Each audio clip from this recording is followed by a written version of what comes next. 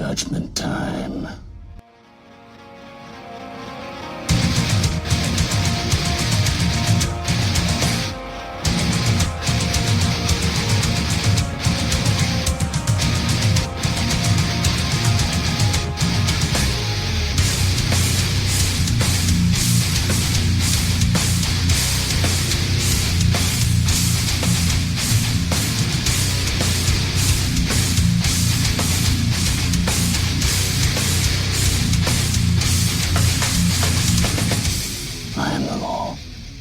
Welcome to Everything Comes Back to 2000AD, and today I'm joined by Mr. Stephen Ross.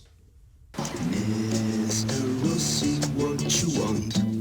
Oh, a tree of ice cream cones, a cocoa castle for a home, custard cakes, coffee breaks, holiday, we're on the same. Hello and happy Halloween and Dia de los Muertos.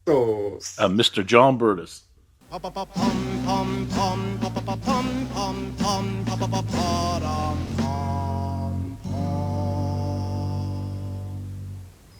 Hello to all you drockers out there from the most beautiful country in the world where everyone loves each other.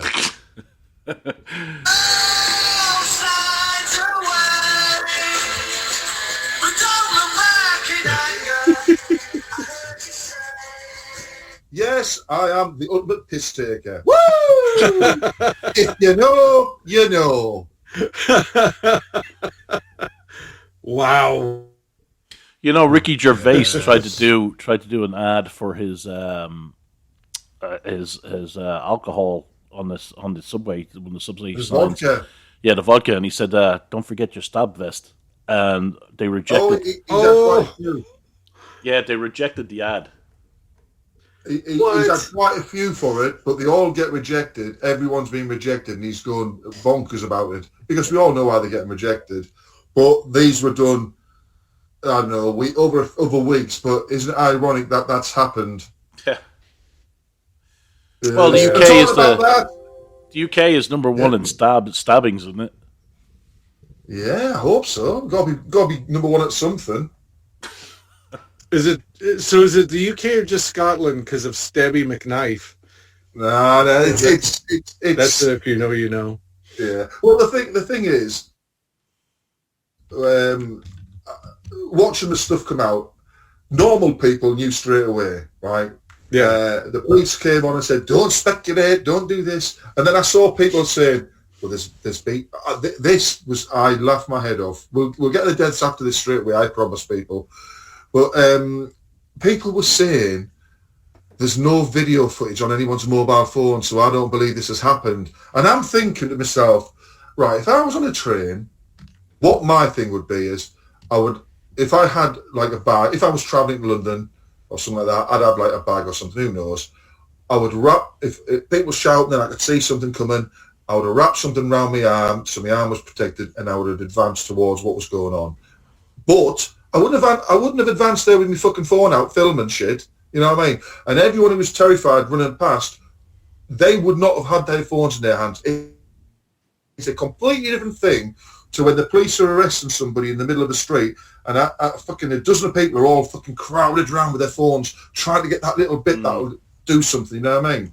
You know, if anyone's been on a UK train, they're very fucking narrow, the carriageways. So when everyone's fucking running one way, you're going to have to be climbing all the seats to go the other way. It's fucking going to be bedlam. I dread to think what it was like for people in there. But at least we had some decent people. I'm not saying, sorry, that's a wrong way of saying it. At least we had some people who went, I'm going to go and try and sort this out, right?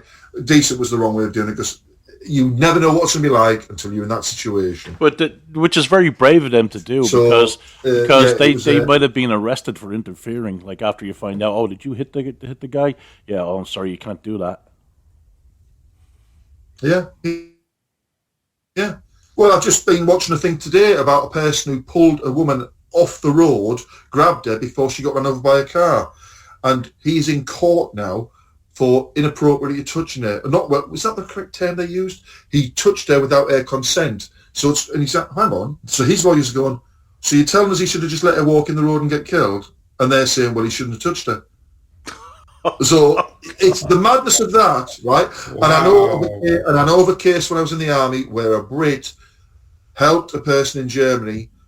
Something happened. I can't remember what the accident was, but she was bleeding out from her leg. So he had to fucking put his hands on her fucking artery in her thigh and push down until somebody could get a belt on, right?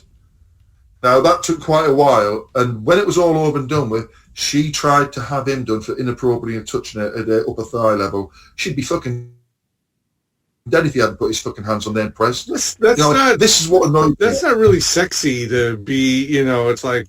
It's not like... You know what people like? It's not like massaging somebody's thigh, like, as opposed to, like...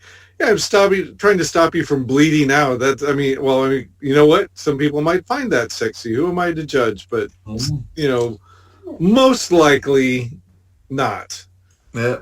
So that's a sort of thing we're dealing with. But the thing was as well, once this had happened, thank the Lord for Elon Musk having X, because all the other stabbings that happened in this week in the UK was shown to pop up online. You're like, that wasn't on the news. I wonder why that... Well, I'll tell you why the train one was on the news, because you couldn't keep it fucking suppressed. But the rest you suppressed because there was all these fucking stabbings all over. Very interesting. But anyway, enough of stabbings. Let's talk about death, baby. Let's talk about you and me.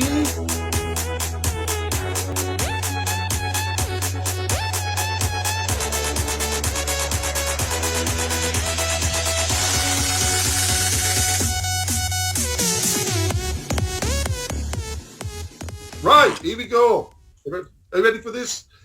First up, I know that even Rossy will have heard of this English actress's name, Prunella Scales, age 93. Come on, Rossy, you must know. I know this one. She was on Faulty Towers. That's right. And she was married to Timothy West, another amazing actor who only died in 2024. So it's quite sad that both of them have gone. She was in obviously the amazing comedy Faulty Towers, but she also did this beautiful genteel program called Great Canal Journeys in the last few years with her husband, and it was just the way they reacted as they went around the country on the canals. But because of I'm sure it was dementia and stuff, they had to give it up for safety reasons, being on a canal. But she's been in absolutely tons of stuff, you know what I mean? You talk like The Boys from Brazil, The Hound of the Baskervilles, Howard's End, all that sort of stuff. Loads of plays and stuff, but she'll always be known in Faulty Towers. And the clips that have been popping up lately, when you sit there and watch it, it is perfectly timed comedy. You know what I mean? Between all the main characters, it was... You can never really better something like that. You can equal it because they just were all at the top of their game. So sad to see her go, but at least she will have that work of that one work of art. I think it was just 12 episodes forever. You know what I mean? Where people will just go, "Isn't that fantastic?" I'm laughing. And the thing about Faulty Towers is, it's very similar to other programs where there was only a few programs where you're going, all right, that's the German episode. But another 5 or 6 main things happen in that episode where you're like, well, was that its own episode? That was a German episode. It's that clever. So we've lost her, so that's very sad. I have to say, the reason why she's so memorable to me is because Prunella is the most English. I do not know anybody in the United States named Prunella. I was like, oh my God, who would look at a little baby girl and go like, oh, that's a Prunella. Sounds like hemorrhoid cream. Yeah, exactly. All right, next one up, we've got Adam Greenberg, aged 88, Israeli American cinematographer, and he worked on, are you ready? The first 2 Terminator movies. Oh my God! A Jewish guy worked in the movie industry? I knew that was coming. Israeli. They're only like, what are they? Like 2% of the population? What are the odds that he'd be in the movie industry? Born in Krakow and died in Los Angeles. He also worked on the Big Red one. I've got that in DVDs. Is that the porno? Worked with. He worked with. I reckon you love this. Do you have that sitting on your shelf right next to Howard's End? That's it. He also worked with the filmmaking duo of Menahem Golan and Yoram Global. You know who that is, don't you? Yeah. Well, I've seen many of their films when they popped up because I've seen the surname. Well, a couple of Jews ran a movie company in America. What is that? A couple of Israelis running the industry. That's it. What's going on here? What are the odds of that now? But he's done tons of TV work as well, including stuff like, let me just get this. I'll go to the modern ones. I think some of these are films, actually. I'm not quite sure. La Bamba, Spellbound, Alien Nation. Why is this under fucking TV? It's movies. Oh, yeah, it's film. You know, I'm goofing, but I'm also not going to lie. He did some good work, if that's like the credits, he did Sister Act, Ghost, Turner and Hooch, Three Men and a Baby, Eraser, Rush Hour, Collateral Damage, Snakes on the Plane. That was his last one on the film stuff. So yeah, sad to see him go. Next one, we've got Ralph Sinensky, aged 102. Whoa! Are you ready for this one? An American television director. Okay. Now, he worked on loads of stuff that we've watched. That's why we've got him down here, including Star Trek, The Fugitive, Partridge Family, and one of the things that we, as a family, used to watch on a Sunday afternoon up in the Northeast, The Waltons. Oh. Good night, Harry Mellon. Did they used to tell you good night, John Boy? Yeah, John Boy, yeah, all that sort of stuff. But that's, you know, when they used to do the good night, Mary Ellen and all that, we always turned that round and had a little laugh, which I heard Flint. We always used to say good night, Harry Mellon. So he also went on loads of one episodes, but lots of stuff where he was done quite a lot. So the FBI series, he did 16 episodes, but he did an episode of The Twilight Zone. Let's go down here. I'm just trying to go down. High Chaparral, Mission Impossible, Ironside, 6 episodes of Star Trek, Mannix, The Bill Cosby Show. What was his name again? His name was, let me just get that up again. Scroll to the top. Ralph Sinensky.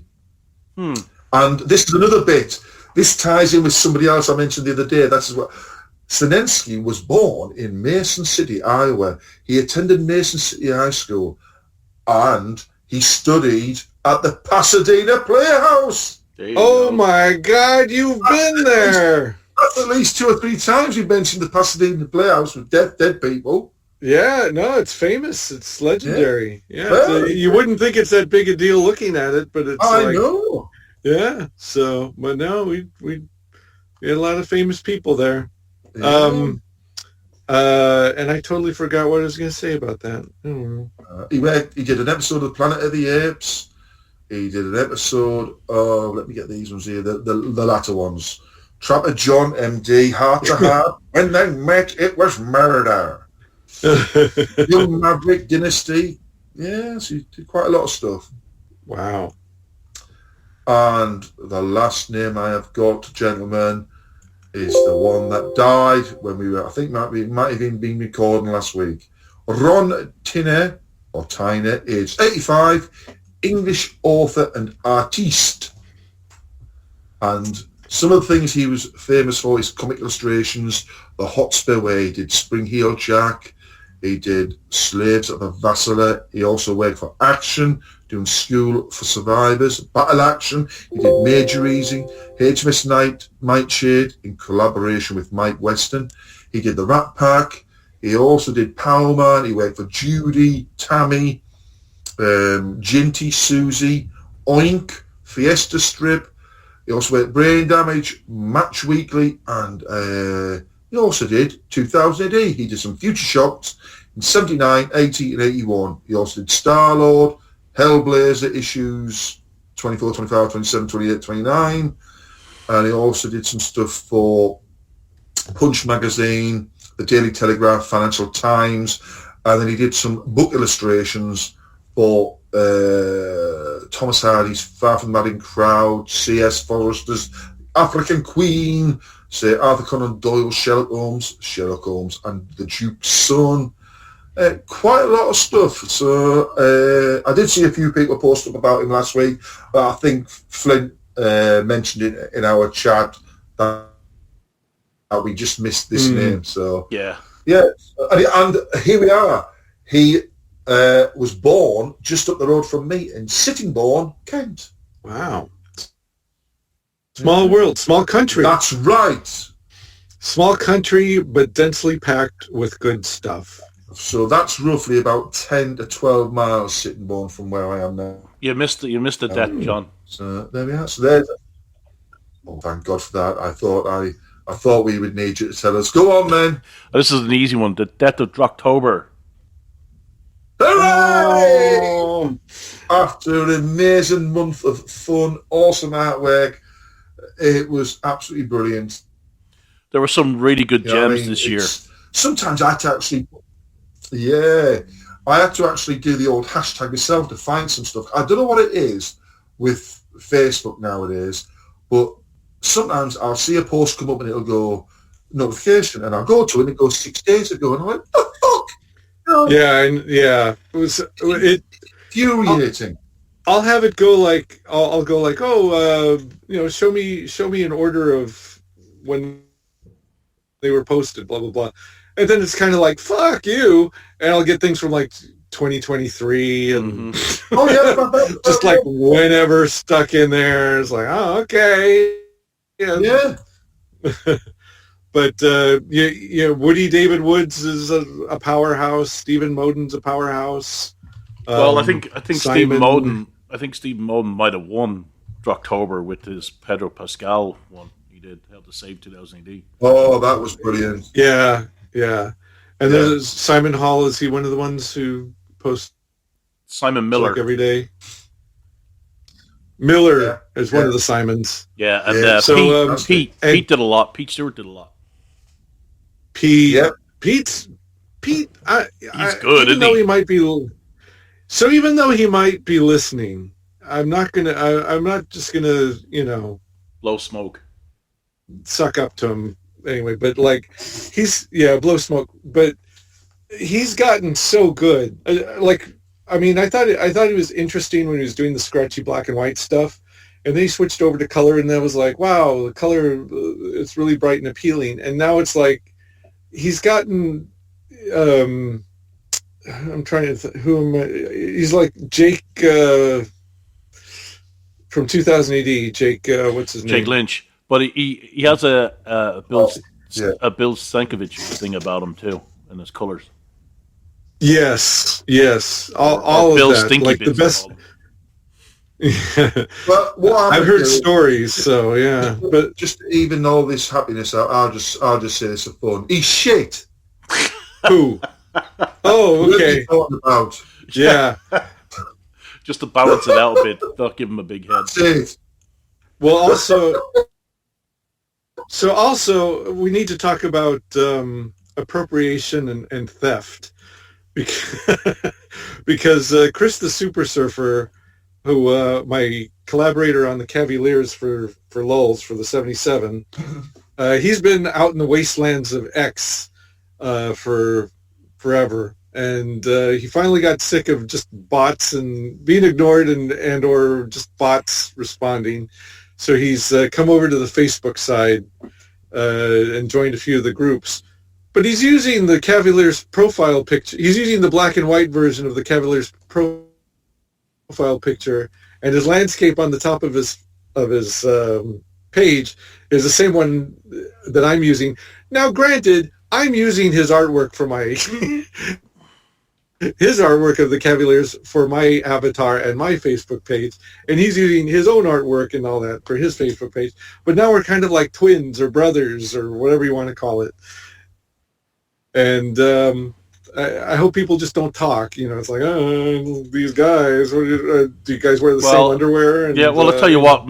I think anybody who listens to the podcast now should go in and copy your avatar and use it as theirs. So that we'll have tons of people flooding the internet with you, Rossy, the Cavaliers. That would be my dream. That would be my dream for the current present time. So anything to get the word out there. But yeah, so Chris is doing like he didn't do something every day because he's a draftsman and he just does the most detailed shit ever. But it's really cool and beautiful, and I mean, it sounds like I'm sucking up, but I mean, the reason I asked him to do the Cavaliers is because I thought he was good way back when. So anyway, if you ask me, he's putting a little too much effort in for something Rebellion owns, but there you go. Well, he's doing stuff for Rebellion.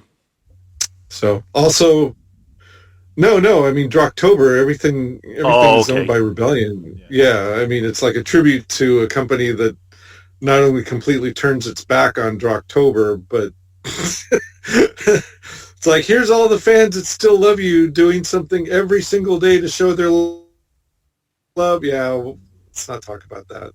Okay. Yeah. But yeah, give Chris if you see Chris in any of the groups, and you'll know him by his insanely detailed and beautiful artwork. Give him a like, give him a comment, give him some shit. I don't care. Just interact. Well, do you want to? I didn't think I had something. Well, we talked about it before, but let's do it. Adventures in Trumpland.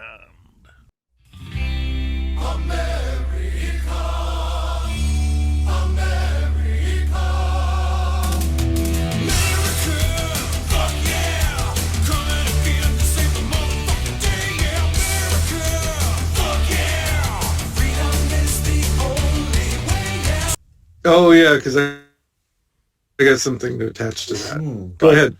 Well, Scott Adams, he is the cartoonist behind Dilbert, and he was a liberal Democrat up until 2015, I think, and then he started. Wait, somebody in comics or cartooning is a liberal or a Democrat? I know. Next thing you'll be telling me is Jews run Hollywood. What? I mean, the amazing thing is hell? that I mean, Harrison Ford came out and broke ranks with Hollywood and said that President Trump was probably the worst president he's ever seen, and he's a criminal. I mean, he really broke it. Like, that's not unusual for Hollywood to say stuff like that. That's totally not unusual for Hollywood to go along with stuff like that or say stuff like that. Anyway, did he say he was a convicted felon? Probably. But what happened was, Scott Adams came out early in support of Trump and believes he's doing all the right things. And then Scott was cancelled himself. He lost a lot of friends that, even childhood school friends that he'd known for decades, that when he found out he voted for Trump, just cut off all ties with him. But he got cancelled a while back for a comment he said on his podcast that, taken out of context, completely taken out of context, is racist. But taken in context is not racist. But of course, we live in a world where people take things out of context all the time. So he got his books, his book publisher canceled him and stuff like that. But he still sells the books on Amazon and through his own thing. Anyway, he was diagnosed with cancer, a particular form of cancer. And when President Trump found out about it, he contacted Scott in a phone call and said, "Hey, if you need any help, let me know." And that was like around 6 months ago, whatever. So he's been getting progressively worse, but this is an experimental treatment that he applied for and he got approved for, but they couldn't schedule it properly. So, because they're incompetent, right? Mm-hmm. So he said, I'll send out a tweet to President Trump and hopefully he'll contact me on Monday and try and, break through this and get this done for me. He said if I needed his help, he'd help me, right? So just less than 10 minutes or 20 minutes after he put that out, Don Jr. got on there and said, "Scott, I'll let my father know." And then RFK was like, "Hey, Scott, how do I get in touch with you?" So automatically people are watching or following him from the administration jumped on and said, "Hey, we'll get it done." And then I think it was like 48 minutes after the initial post, Trump posted, "I'm on it." So, and then this morning, Scott Adams, he posted like a thank you to Trump because it looks like he's going to get things done. Now, the thing is, I can see it's great to hear a story like that someone that was complete opposite in his political beliefs over the last 15 years or whatever, slowly come and see common sense and support a candidate for common sense, which is what Trump was. And that helped, that I'm sure Scott Adams' podcast helped convince people or helped make people think that, well, Trump isn't Hitler. I'm sure there were some people that listened to the podcast and said, well, he makes a good point, blah, blah, blah. So I'm sure that helped Trump's campaign and helped Trump be elected. I think all the podcasters out there, the likes of Joe Rogan and that, helped. Megyn Kelly, they all helped in Trump's re-election. And so this morning, Scott Adams wrote, "Best president ever. Thank you, President Trump." So obviously, Trump got it done for him to have this this procedure or whatever done as quick as they possibly. So he used his white and Trump privilege to. But there's going to be people out there that will go, "Oh, look, he's just taking care of his friends. Why is he doing this for everybody? Oh, and Scott Adams is rich and he's got money. What about the poor people?" That's always gonna. I'm expecting to see that now from the usual gang of idiots. Anyway, I think that was a very decent thing for Trump to do for his friend, and evil. Yeah, that's what he should let him die. Yeah. Still doesn't change the fact that he's a convicted felon. Yeah, so that's my mention of Trumpland, which is for financial stuff. So I have a I have two things. One, going back to John's stabby stories, just real fast. There's a guy who's the YouTube algorithm popped him up on my feed, so I said, "Oh, these guys are always talking about that. Let me see what a third party has to say." So he's talking about how there's illegal immigrant. He's from an English town, but he wouldn't say which, and he went out of his way to say that I guess he had spent some time in Australia, but he's mostly sounds like English small town. Sounds like it could be even Kent, John, the way he described it. But I'm not gonna go there.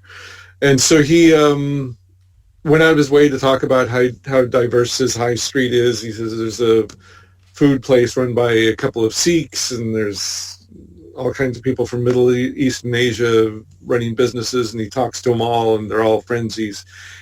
But then he started noticing like these groups of Middle Eastern men who were just like hanging out. And he says in certain times of day, almost like clockwork, they'd just be like walking by the street. And you notice them being in the park. And he says there's a child's part of the park, and then there's this main part of the park. And he says the main part of the park is huge, but for whatever reason they kind of congregate around the child's part of the park. And he's noticed them like recording girls on their phone, like school girls. That's where the teenage girls and school kids hang out after school and all that. So they hang out there and they record them. And he says there was something that the police were focused on. There was some kind of like, I guess he's close enough to a major city that the police were more focused on being like, they'd go to the high streets and help out the rich people there, and like, oh, I'm lost, where do I go? That kind of almost like customer service type of policing, unless, hey, and he said, but they're not actually doing anything, or they haven't actually done anything yet. So it's like he doesn't want to be the guy who says, hey, what about these guys? Because then it makes him look like he's racist. But it's one of those tough call things. So, and he, in the most oblique way possible, he was kind of talking about the knife crime issues, raised concern. And anyway, the other thing was that there is a hotel down the street that nobody is saying is an immigrant hotel now, but it's an immigrant hotel. He says he went in and you could tell that that's 100% who was staying there. So yeah, so and this was this. I didn't listen to the whole thing because I was like, well, I've heard enough about this from you guys that it's like I see where this is going. And he was giving every detail about the story. Believe it or not, my version is the short version of that. And this is part 1 of 4. So I was like, oh my God. But yeah, so it sounds like you guys aren't the only ones. There's people kind of going, hey, there you are. Yeah.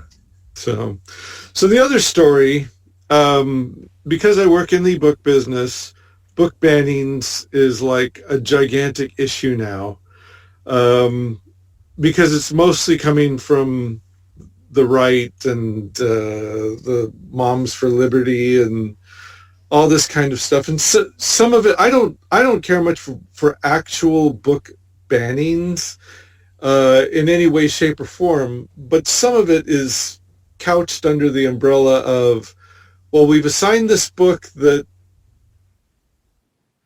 reasonably a lot of parents might possibly object to.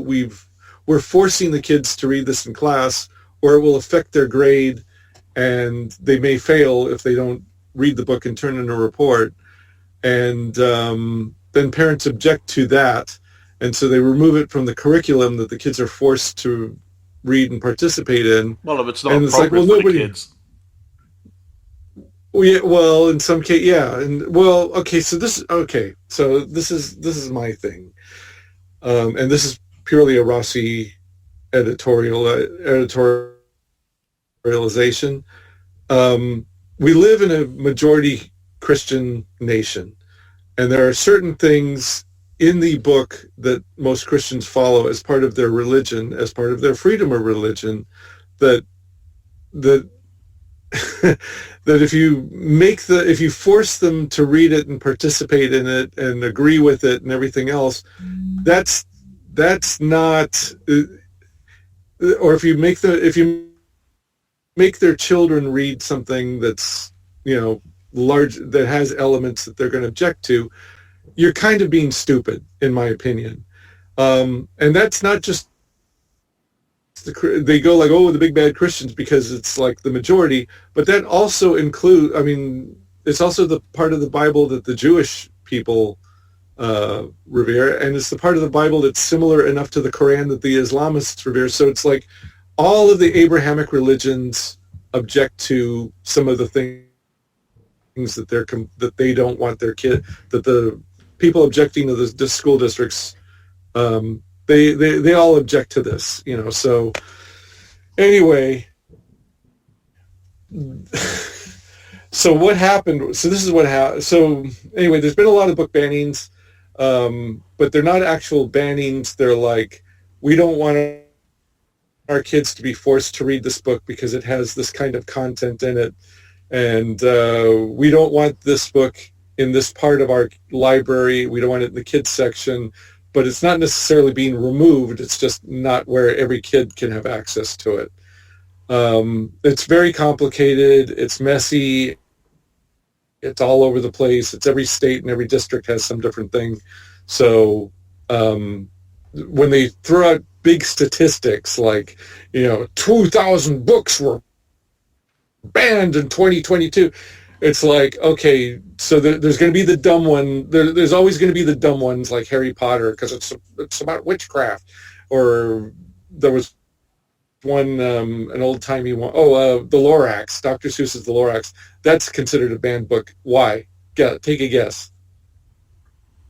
No idea. Because there was a school district, I believe it was in Alaska, where tree logging is part of the town's major industry, and they didn't want the kids to feel bad about it because it's about cutting trees down. Oh. So the Lorax speaks for the trees. So it's that kind of stuff. So, it's a war between parents and schools, and kids are caught between. So this story is one of those. So there was a book called The Day So in light of all the finger quote book bannings, there have been picture books for children about book bannings. And most of these are aimed at kids who are, most picture books are aimed at kids who are between, I know, so it gets better. So most picture books are aimed at kids between 3 and 7. 7 being like, you know, a pretty slow reader or mostly looking at pretty pictures. So most picture books are like 3 to 5, but you could stretch it out to 7. So they're for real little kids, okay? And so in my mind, I'm thinking like, that's a pretty political thing to have to explain. I mean, the whole thing, it took me like however long to explain this to adults, mostly adults listening, except for maybe Pete's kid. And so how are you going to explain that for a kid who's just barely learning how to read? But it's not about the kids who are barely learning how to read. These books are for the adults. And they end up in like pretty much, if you publish one, you're guaranteed to sell one to every library and school library in America, which adds up to enough to justify the expense. Okay? So there was one called The Day the Books Disappeared. And it's told in a very metaphorical and sometimes fantastical way. So they don't get into the weeds about what a lot of this is really about. So on the surface, the book itself is fine. So what happened was two authors. So there was a online news article that my boss sent me, and then a video told by the authors looking at the camera, telling their side of the story. They went to a school, and the kids were lined up ready to go into the auditorium when the authors were pulled into the principal's office. The authors said that it was like an all-inclusive book week or inclusive book month or something, and they had inclusive books on display in the principal's office. And so the principal said, hey, we've got room from the district that we don't want there to be any LGBTQ plus content in the presentation. And so they had a PowerPoint presentation, and one of the slides showed about a dozen books, and I knew almost all of them. And I'm going to editorialize here. About half of them were either adult books. The Diary of Anne Frank is mostly marketed as an adult book, even though it's read in a lot of high schools. Or they're young adult books. There's a book called All Boys Aren't Blue, and it shows a picture of a African-American looking young man with flowers, wearing a crown of flowers on his head. And it's one of the very contentious LGBTQ plus books out there. So, and I forgot, I think genderqueer might have been in there, and that's one of the most infamous of the LGBTQ plus books. So half of these books are not even for children. They're certainly not for the children the age that I would imagine. So they don't. So here's what's deceptive. So anyway, the authors said, no, we're not changing our presentation. The principal kept to their guns and said, fine, we're not doing this presentation then. And the kids who were all lined up and ready to go into the auditorium were sent back to the classrooms, and boo-hoo, nobody got to talk about the book that day. So what they don't tell you is they posted the photo of the all-inclusive books that were on display in the principal's office. And so I looked at them and I said, I'm familiar with most of these books. And even though they're about inclusivity, none of them are overtly about LGBTQ inclusivity for kids. There's a book called Pride Puppy Goes to Pride Day. It's an ABC book about a dog that goes to a gay pride march. There's a book. There is a board book on, and at the end of it, so this is the infamous part of it. At the end of it, they give you like Where's Waldo things to look for in the pictures, and one of them is Spot the Leather. Okay, so I'm not a fan of Pride Puppy. There's another one called, I forgot the guy's name. It's something Diamond. No. Anyway, it's about a guy. It's a book about a very flamboyant personality. His name is Diamond something or another, and he wears these like pink glasses, and that's like his magical pink glasses and all that. It's pretty. I mean, you get it. You get There's a book called about My Gunkle and Me, and it's about a gunkle is a gay uncle. So, and he looks like Mr. Furley from Three's Company. So you get it. You get all these things. There's a book called The Gay BCs, which is another ABC book with all the LGBTQ words. They're not very creative. And two of them. I mean, those two, the Pride Puppy and the other one. I mean, they're not even playing it for irony. Oh, and there's two books by Little Miss Hot Mess, the main drag queen from Drag Queen Story Hour. One is called the hips on the drag queen go swish, swish, swish. So they're out there. If those books exist, fine. But those were not the books that were on display in this principal's office. It was all just kind of like, everybody's welcome and we're all the same and everybody eats food and all the most general kind of like handhold kumbaya kind of stuff there is, which is fine. And it has nothing to do with the adult and teen books that were on the slide thing. If once you put that slide up, an inquisitive child might want to know what those books are about and why, and then ask, why don't people want to read them? Which is what in my opinion, the LGBTQ crowd is dying to happen, because that opens the door to a discussion that parents don't want to have with their 3 to 5 year old picture book reading kid. Maybe they want to wait until the kid's a little older, closer to puberty, or maybe the parents want to be the ones who might present it in a very one-sided, biased way. So anyway, sorry to get on the soapbox here, but it's just like so. But to me, like, I think both sides acted like fucking dicks with this, because the authors could have said, okay, it's one slide. We're just going to talk about books disappearing, and we're going to talk in oblique kind of like,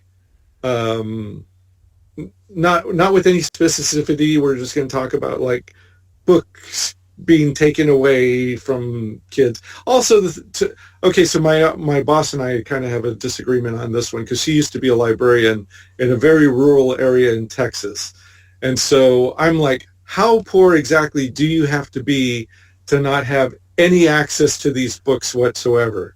Because if it's out of your school library, Amazon will deliver almost anywhere, and you can get them used for like a couple of bucks after they've been out for 6 months, especially the LGBT books, because they don't really sell very well. Right. So, or you can go online, and I have books that I would have been burnt for being a witch on a USB drive, that somebody just, they were like considered super duper rare, and only the crazy occult people had them. And somebody scanned it and put it on a US and made a PDF out of it. And now I've got it for $20 on a $20 USB. So, and they would have cost thousands of dollars to have the original. I mean, collectors pay hundreds and thousands of dollars for these, to have a actual collector's ancient, hundreds of years old volume. Okay. So anyway, I don't think that to me, the library thing, it's kind of like, I think they're valuable. I would like to see more of them. I would like to see them be, to me, that should be the community center, not the bookstore. But libraries have become also indoor playgrounds. They become places where homeless people do online gambling and look at porn. They they kind of need an overhaul, and they've got problems of their own. But if somebody wants and if they want to ban a book, to me that's bad. Even Pride Puppy deserves a place in a library if that's something people want to check out. But if it's a book that nobody checks out, and however long, I don't know when the culling happens, but like I understand that every few months or years or whatever, they pull books that haven't been checked out and either sell them or don't, put them someplace else, take them someplace like Goodwill or whatever. So anyway, I think it's very hard to completely eliminate the Fahrenheit 451 idea of like bonfires, then books completely unavailable, blah, blah, blah, blah. I think that's probably not happening as much as people think it is. I don't think it's happening at all, Rossy. Right. So I think if you really wanted a book, or if you thought it was important, the people who are on the right side of history want these books available in the library with the covers faced out, so anybody just passing by will see it out of the corner of their eye and be curious, and then be introduced to the wonderful world of LGBTQ books. I think that's the dream as far as that goes, and that is my opinion. And if that happens, if there's something in their life that'll help them out, cool. But I don't think most people, I think that's putting a lot of space and effort into a smaller niche, and like most kids and most families just want to know like how to be a good friend and how to regulate your emotions when things go wrong, and the things that everybody, including LGBTQ people, would find valuable. So, but like to me, what fucked it up was like, why did they wait until the kids were in line to go through all this? Why couldn't the authors have just said, okay, we're either not going to talk about that one slide, we'll remove it from the thing, or well, there's no or, because I know that if I went to a school, if I was asked to go to a school, and also they were very careful not to say what kind of school it was, because if this was a private school or a Christian private school or any kind of religious school, to put that in, to sneak that in, anyway, was like would have been a little bit deceptive. But anyway, well, so it's like Hobby Lobby. Hobby Lobby is run by, it's a Christian craft store, right? That's right. Their identity, a Christian. It's like the fucking idiot that tried to sue them for not having Jewish stuff in there. I'm like, what? It's a Christian bookstore. Why would they have Jewish shit in there? Well, I know that there's a lot of people on the right side of history who won't eat at Chick-fil-A because they've donated some money to anti-abortion causes.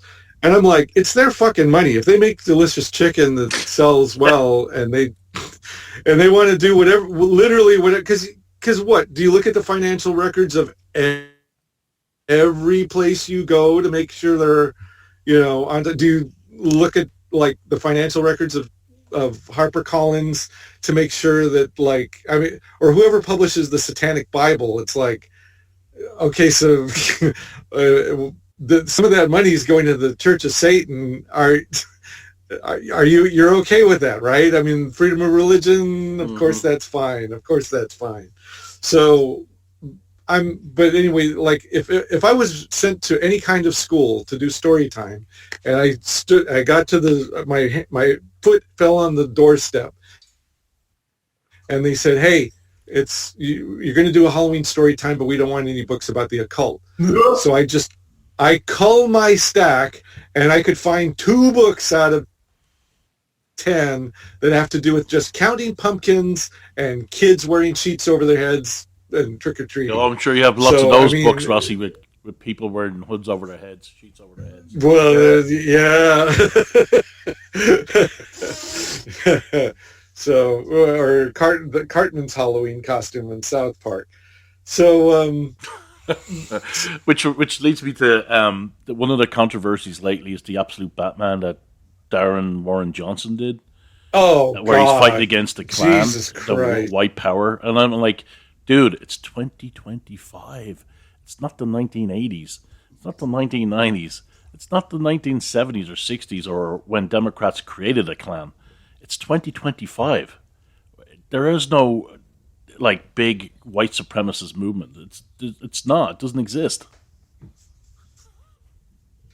It's presented in the most cartoonish way possible, with the most revenge pornish response from Batman, and the thing is, because it's presented in a metaphorical way, they're still playing this card like, well, Batman would hate white supremacists, and it's like, we know, but we also know that you know that we know, because we're not the fucking idiots you think we are, and we're not children.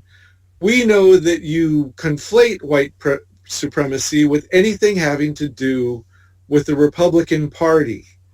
So we know that when you are telling a story, I mean, when you're in high school, part of the critical thinking that used to be taught was figuring out what the subtext is, like what is this story really about? What is the symbolism? What is the theme? What is the author actually trying to say? So if you're a baby and you read that and you go like, well, it's just white supremacists. It's like, okay, well, since I went to high school, I can look beyond the white supremacist thing. And since you guys are on Twitter every day conflating white supremacy with one thing, I know exactly what the story is really about. And just because they don't actually say the words, it's like, I get it. And I also am not getting your comic book, not just because, not because I particularly support any political party, but because you guys are so hard against one thing and doing it in the most childish way and using the most underhanded ways possible and twisting words and twisting media and twisting everything, that I'm like, fuck you guys. I could never read if I never read another Batman story in my life, I can actually live with that. If I never go see another Batman movie again, I could live with that too, because the last couple have been crap. So, and also you're a DC hater. Keep losing. Well, I'd like if it was good, but it's there's a part of me that wants to watch Superman again to figure out exactly what it was about it that rubbed me the wrong way, but it was like that one and Deadpool. I was just kind of like Deadpool, especially to Deadpool and Wolverine. It just like there was stuff happening in there kind of like under everybody's breath that was like, wait a minute. And I'm just done. I'll get in. Well, I don't want to get into another long rant, but I saw a movie yesterday that I'll talk about when we get to movie reviews. Right. That really. But so anyway, this book. Sorry to go on about the book banning thing, but it's to me, it's like here's the thing. Here's the thing. You work in the book industry, so you understand why they do these books like book banning and why they do this every year, right? But to normal people like myself, and sure to John, when we walk into a bookstore and we see book banning, we go, what do you mean book banning? You can get these books anywhere. It's just like a marketing tool for bookstores to try and sell books, but they're not banned.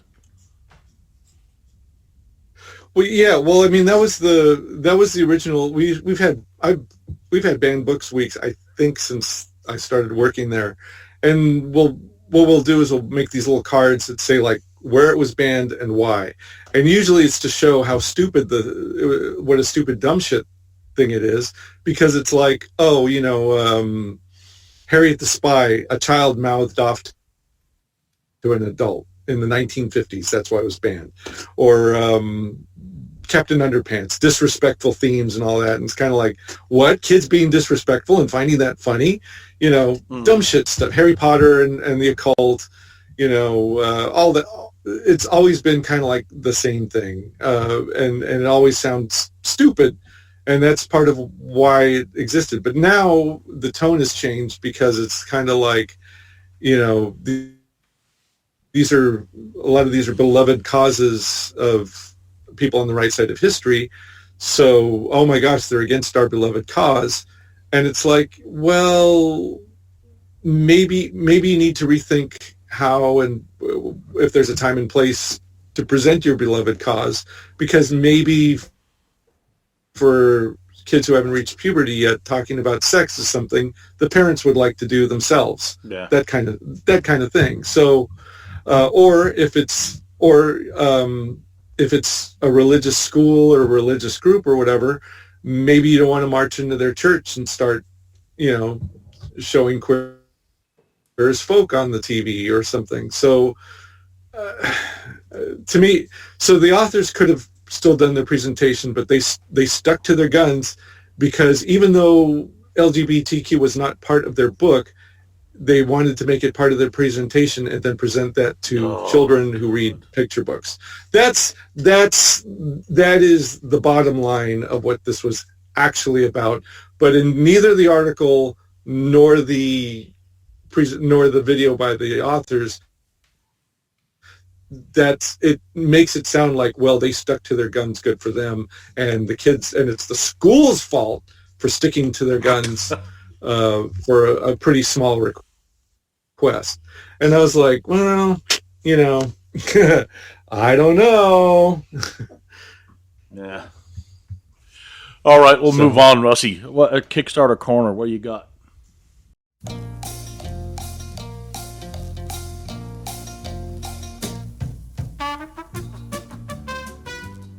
Oh my God, so much good stuff, and I'll talk about it quickly since I've used so much time. All right, so I got the Carolyn Monroe book. I got a What? Carolyn You got it Monroe all finished? book. The book you've been working on the last few years? No, it's a Carolyn Monroe book that isn't my own. It's hers. It's written by her with somebody. So I'm going to say, so it's available worldwide on Amazon. And I believe it's only available worldwide on Amazon. I casually looked, but couldn't find it anywhere else.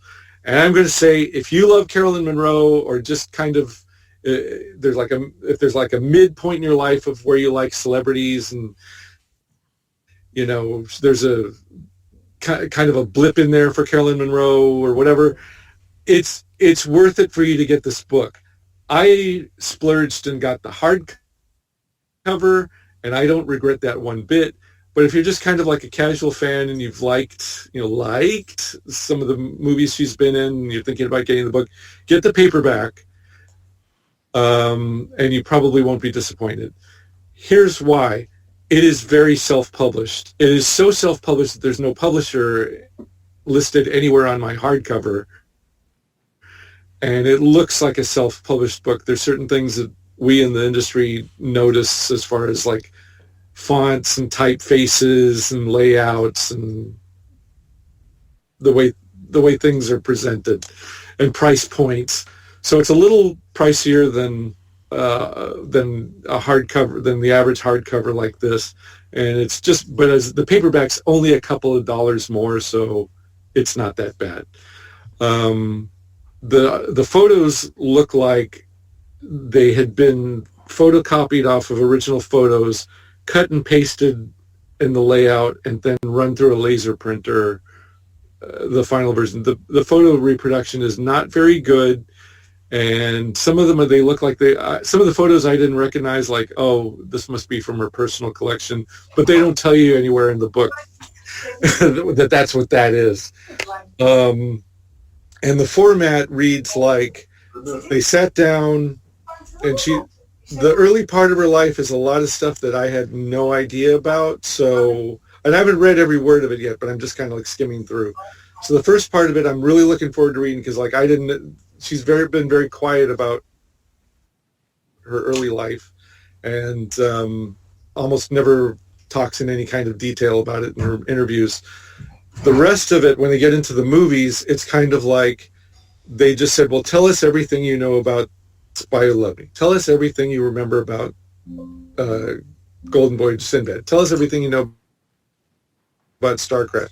Star Crash has like more than 5 pages of just being about Star Crash. And it's all like the kind of anecdotal stuff that kind of comes up in an interview or DVD Blu-ray commentary and stuff like that. Oh, it was very difficult to film Star Crash because, I had to run in these boots, blah, blah, blah, that kind of stuff. And if you love her and if you love those movies, you will not be disappointed by that kind of thing. I can hardly wait to get into it. She talks about her marriage to Judd Hamilton. I didn't know why they had broken up. There's a couple of pages about that. They just basically drifted apart. It's a harmless, sweet, very, very sweet, scandal-free, pleasant read in a Saturday afternoon type of thing. And, the way she presents herself now, where she's kind of like this, grandmotherly figure who was in a bunch of who was in some of the better movies made of the genres everybody likes, everybody listening to this likes.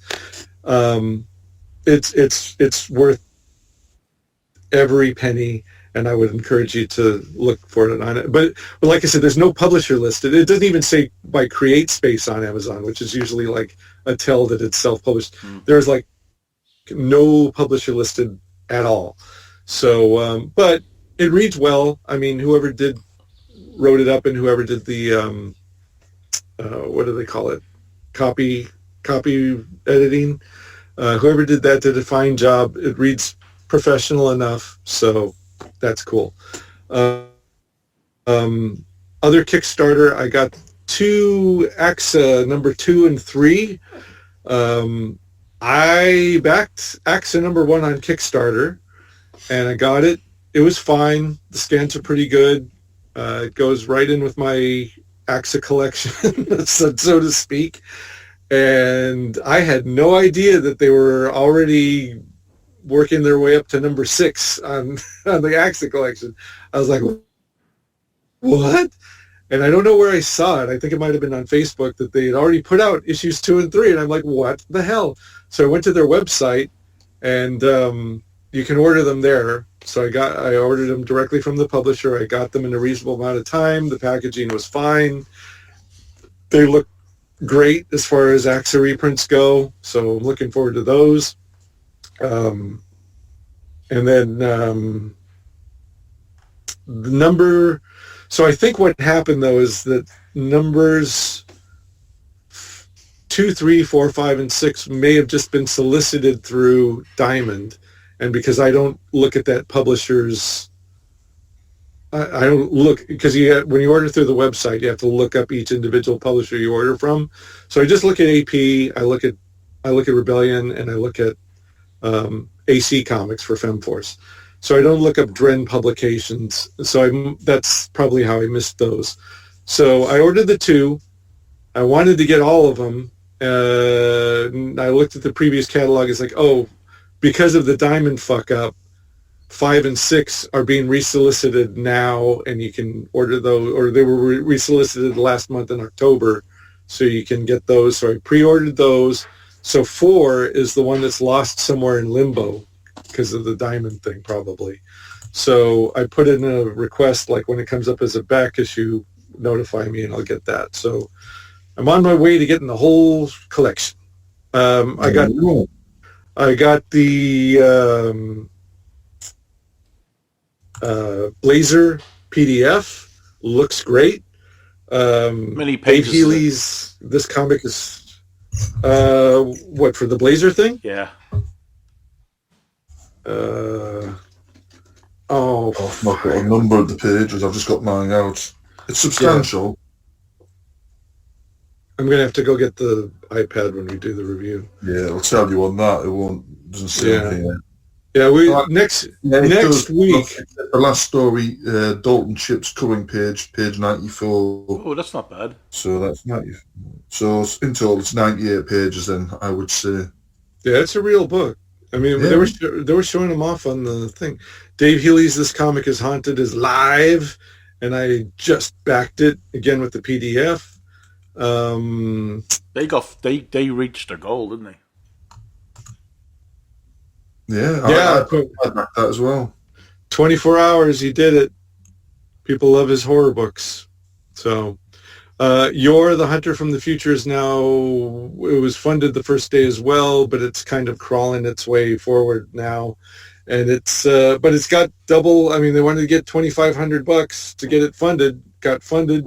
Now it just crossed 5,000, Oh, and we good. still got 20 days to go. So, not bad for something that basically didn't cost them anything, because they've got to pay the rights holder his share of this, but like they didn't have to pay for anything new for this one except to The covers. design the cover. Yeah, so there's that. And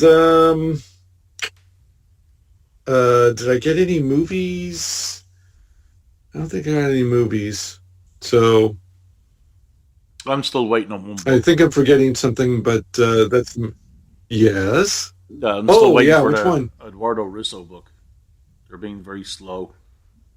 Mm, Yeah, but they'll fulfill it because they're a reputable company. I think it's Alien Books that do it.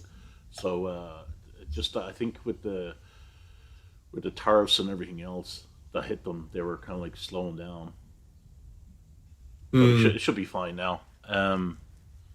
That's it. As far as Thugs goes, I sent off the Excel spreadsheet to Kablam to get a quote from how much, and I ordered the books, but they have to get back to me on how much the fulfillment is going to cost. So I'm waiting on that. That's it. All right. What about TVs and movies and TV?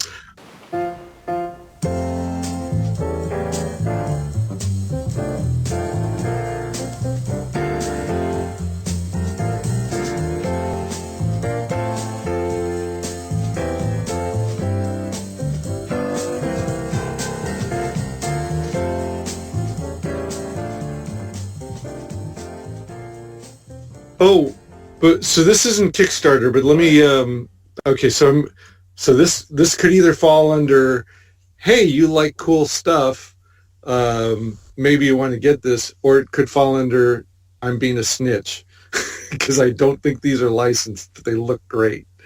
So there's a company called Bearded Shirts, and for a while there they sponsored the Circle of Iron live stream that I was doing for sci-fi movie or superhero action movies. So Bearded Shirts has the Metalzoic graphic novel they do these all over print shirts. And not going to lie, they're really good. I've got the Micronauts #1 one and the ROM #1 one. Don't even know what it is. Have said, wow, that's a cool shirt, because it's like in your face. They're somewhere between $25 and $35, made out of like really nice light polyester, and they fit me comfortably. So I'm definitely sound like I'm shilling for them, but they've got a Metalzoic graphic novel print of it's the Kevin O'Neill or Sienkiewicz looking Kevin O'Neill art, or Kevin O'Neill Sienkiewicz looking art. And they've also got the Slain 2000, it's spelled Slain, SLAIN, 2000 AD all over one. It's the Mick McMahon one where Slane's got his axe and he's got his hand up in the dinosaur's mouth, and the dinosaur's like right there in the background. That color, everybody knows what I'm talking about, right? Mm-hmm. Yeah. They also have the Judge Dredd 2000 AD 1872, where there's giant toothy monsters attacking Dredd. And that's all I've seen from 2000 AD so far. And I don't know if these are licensed, and they don't really alphabetize the or categorize them on their website in any meaningful way. And there's like 2,000 or 3,000 shirts listed.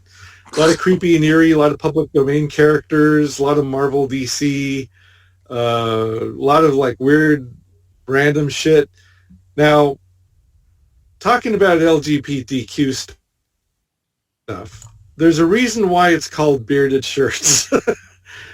And you go through page after page of comic books, and then you get to the stuff for a certain demographic.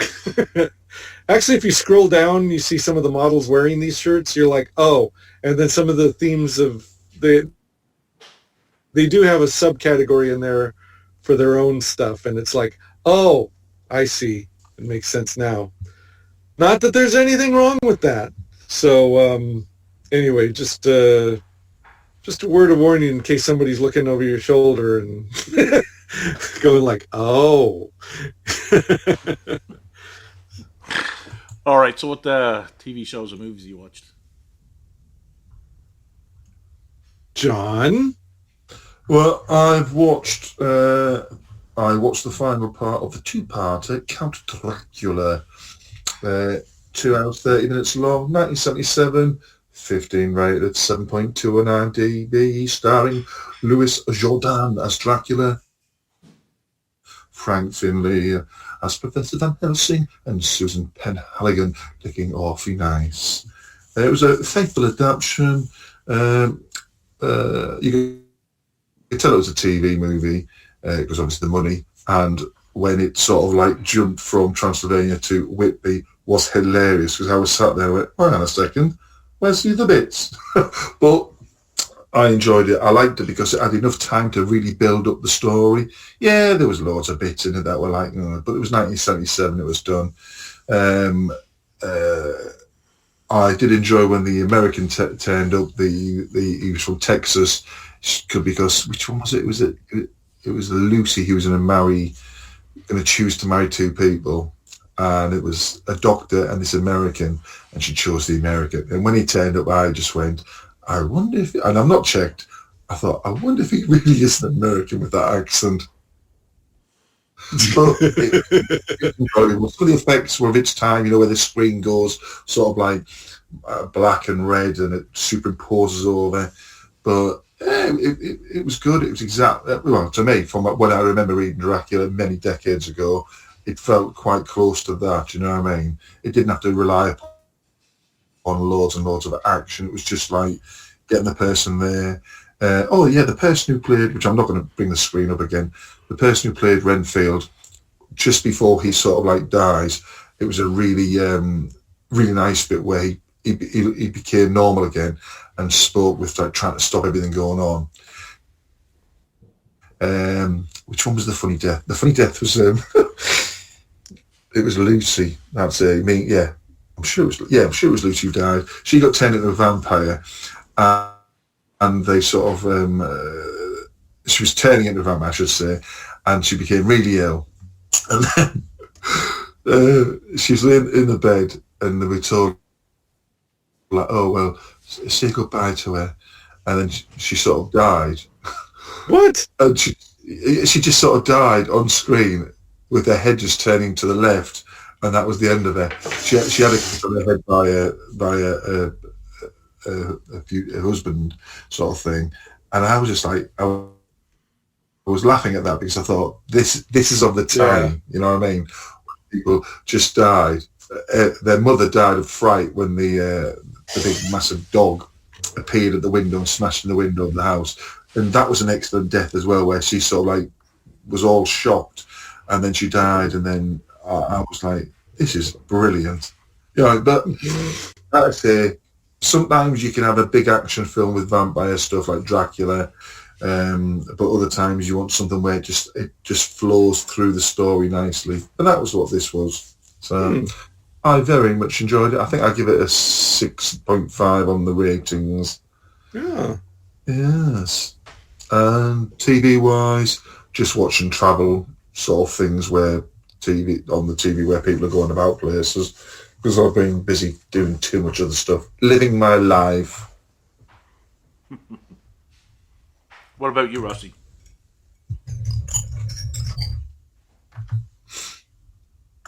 He's disappeared, hasn't Well, is that you typing or is that Rossy typing?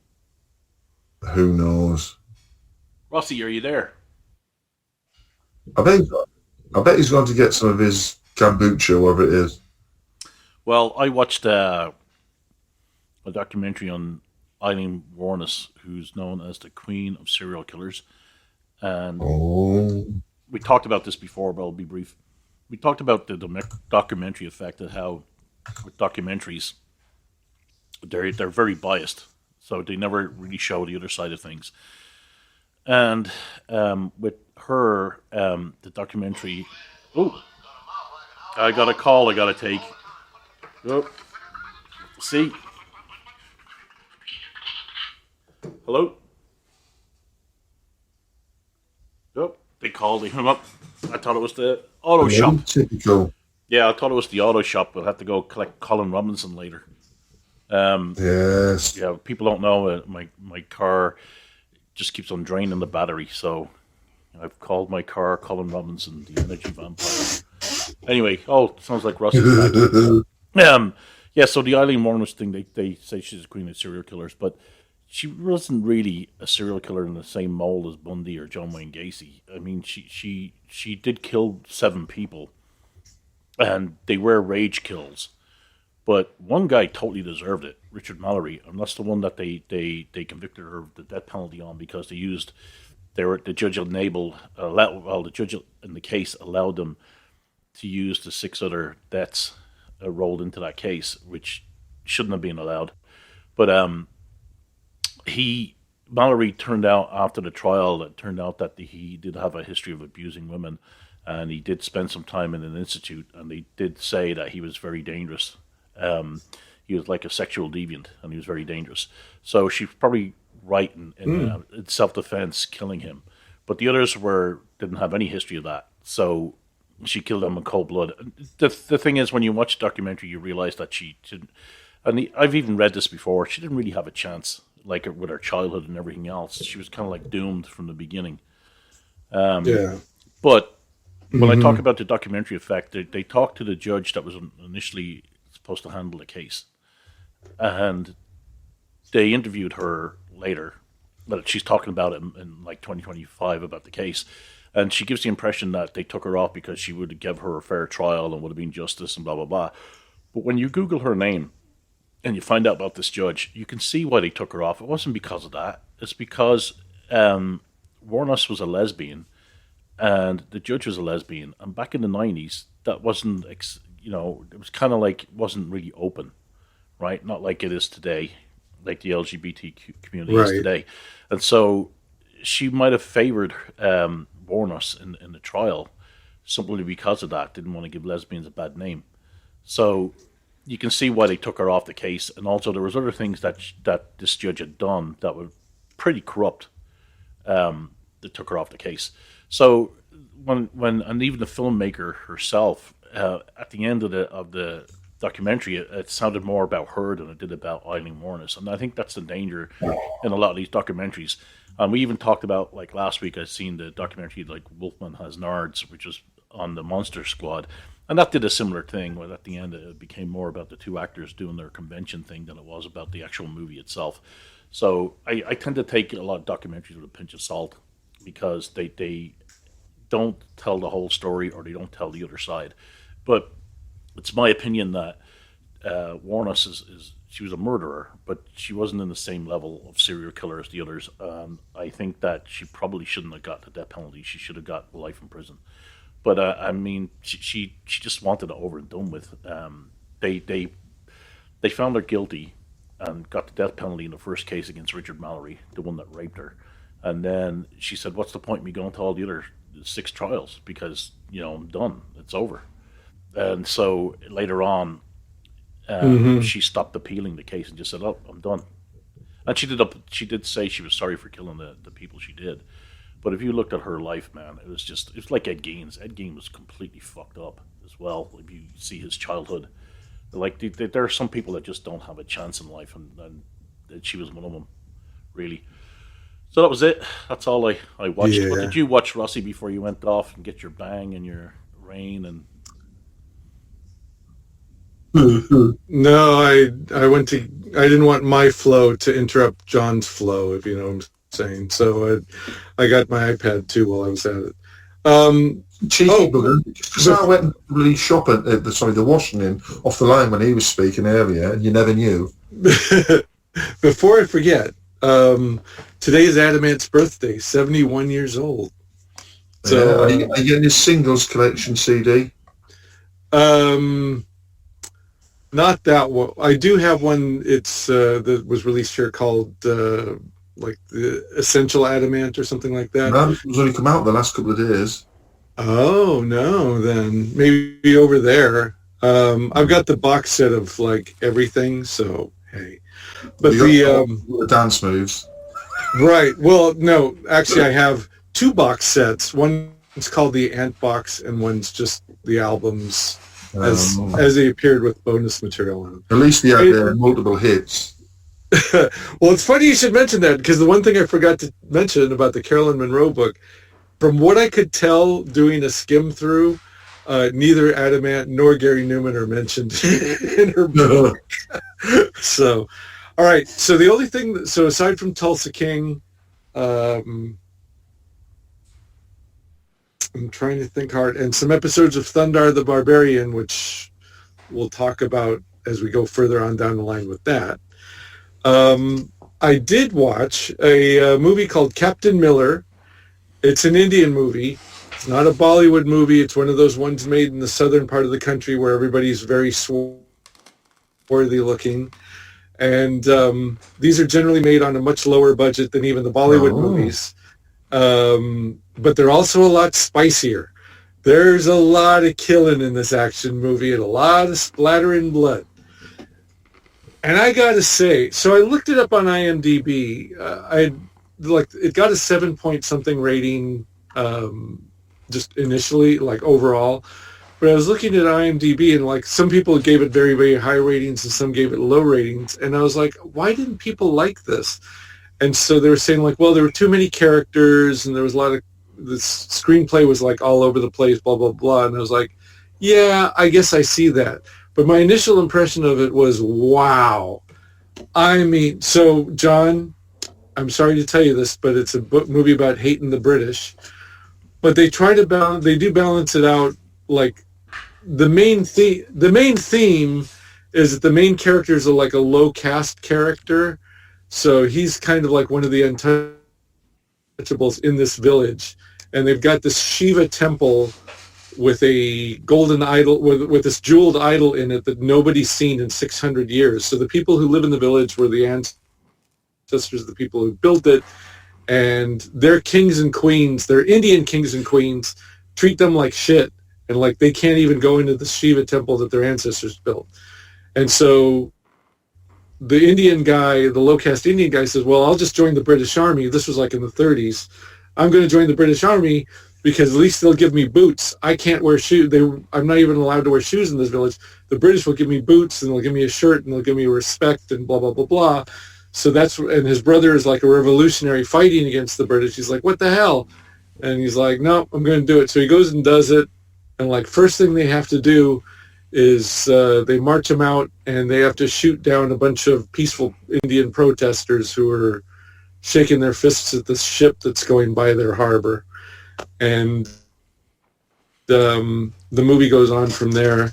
And for a movie made in a developing country, it has a truck chase in it. I'm not going to say it's as good as the one from Raiders of the Lost Ark, but for the bargain, what they must have spent on it, knowing what the budgets for these movies are, holy shit, they got every penny's worth. There was no... The special effects for the explosions and the bodies flying looked pretty darn good. Hold on. Did you just say India was a developing country? That part of India is like a developing part of the country. I mean, it was filmed... India actually went to the moon. Oh, yeah, that's right. Okay. Do they have an atomic bomb? I think so. I think they're a nuclear nation. Okay. Yeah. Well, and Lord knows a lot of our special effects and tech gets outsourced to them too. So, but they're one of those countries where like there's those hub centers where that gets done, and then the rest of it's like jungle. so this looks like it was filmed in a jungle for a lot of it. And there is a truck chase that looks as good as anything out of Hollywood, I thought. And then at the end too, the final battle, they bring in like 700 British soldiers to take out this village. And they showed the trucks all lined up and the soldiers all lined up.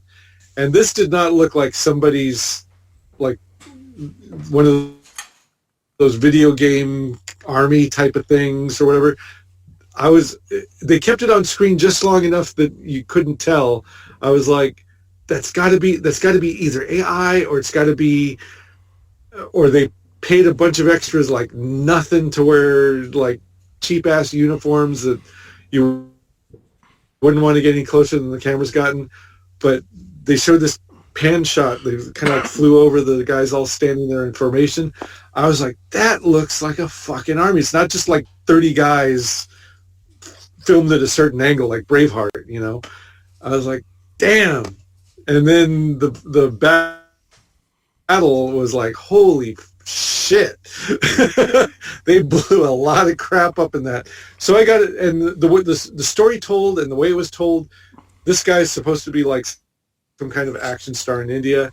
I'm going to say this guy and this other guy Prabhas, who was in Babu Lee and this other movie called like Kalki 2828. Those two guys, Baba Booey, is as far as action stars go, act Babu Lee. So whenever the non-alcoholic drinking game for Babu Lee is whenever Babu Lee does something cool, you go Babu Lee. So those movies, that guy Prabhas and this guy act circles around Van Damme, all those 80s, 90s action stars that a lot of us hold so dear. Seagal. They don't do like cool martial arts, but they have swagger and are excellent actors. And there were parts of it I was getting choked up. I was like, oh my God. It was so good. But, you know I'm telling a largely British audience, hey, it's all about hating the British. They're not going to watch that shit. But of course, because a big proportion of the British hate the British. Well, yeah, that's true. That is true. The way it's kind of like, if you've seen RRR, the way the British are portrayed in these hate the British movies is so cartoonishly over the top. It's literally the way the people who may or may not run Hollywood handle German Nazis. You know, it's so cartoonish that it might as well just be, you know, mustache twirling, kind of stuff. So, and also, but also, I mean, like the evil king and the evil prince, they were just as cartoonish as the British in this movie. So, fair enough. Equally cartoonish villains, I guess. I don't know, but as far as an action movie goes, damn. And it was 3 hours long. There was one musical number, but it was part of a village festival that was part of the story, so it wasn't just like people busting out in song and dance and they all knew the lyrics. So yeah, it was a hell of a movie, Captain Miller, and apparently they're going to make more of them. So I'll be there for it. It literally changed the way I think of action movies now. It's like, this is the way we need this, the way this, not every part of it, but the way this movie was handled, this is the way we need to think of action movies going forward. So yeah, it really affected me, and it's hard to explain to somebody who hasn't seen it, but yeah. Okay, do you guys want to do the Prog? I think Rossy has to get out in 20 minutes, don't you, Rossy? Yeah. Yeah, I mean, I can stretch that because I said that because I knew we were going to go over, so it's fine, but not too much over. Yeah, so let's talk.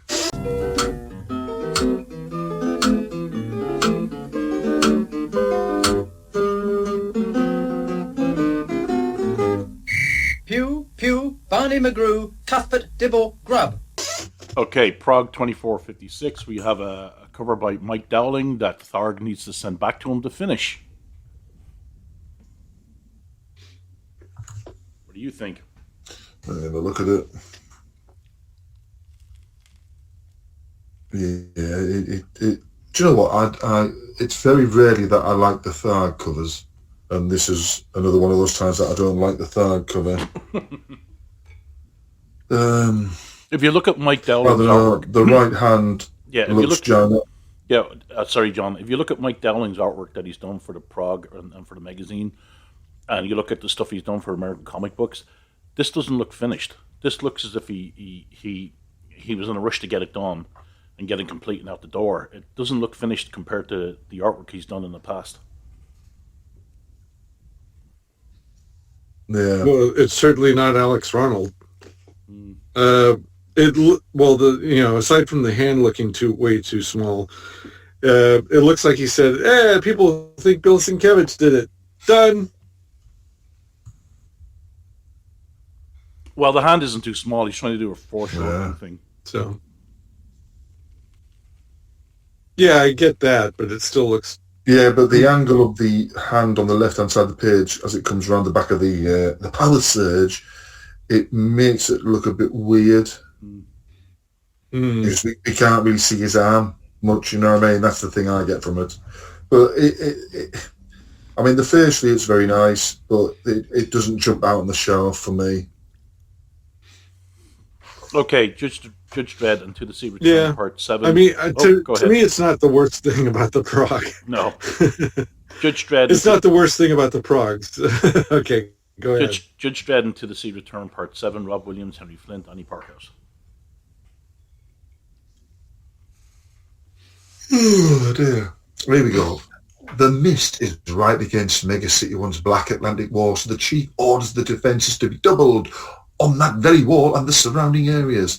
At this current time, Dredd and the junkie judges board the barge, and Joe tells Tom that if he fucks this up, he'll take him out by any means necessary. Ooh, get you! Once inside, the worms attack them, but Dredd fires an incendiary round at them, which does the trick. For now. And as they run away, they come across a well-dropped Guthrie, and so Dredd executes him on the spot. Then Joe tells Tan to get to the bridge. Oh, the police are here to arrest me. I've had an email here. Then Joe tells Tan to get to the bridge and tells him to make sure it doesn't reach the city again by any means. Then he and her sprint towards the action, which just so happens to be happening up top as Scolex rises from the deep.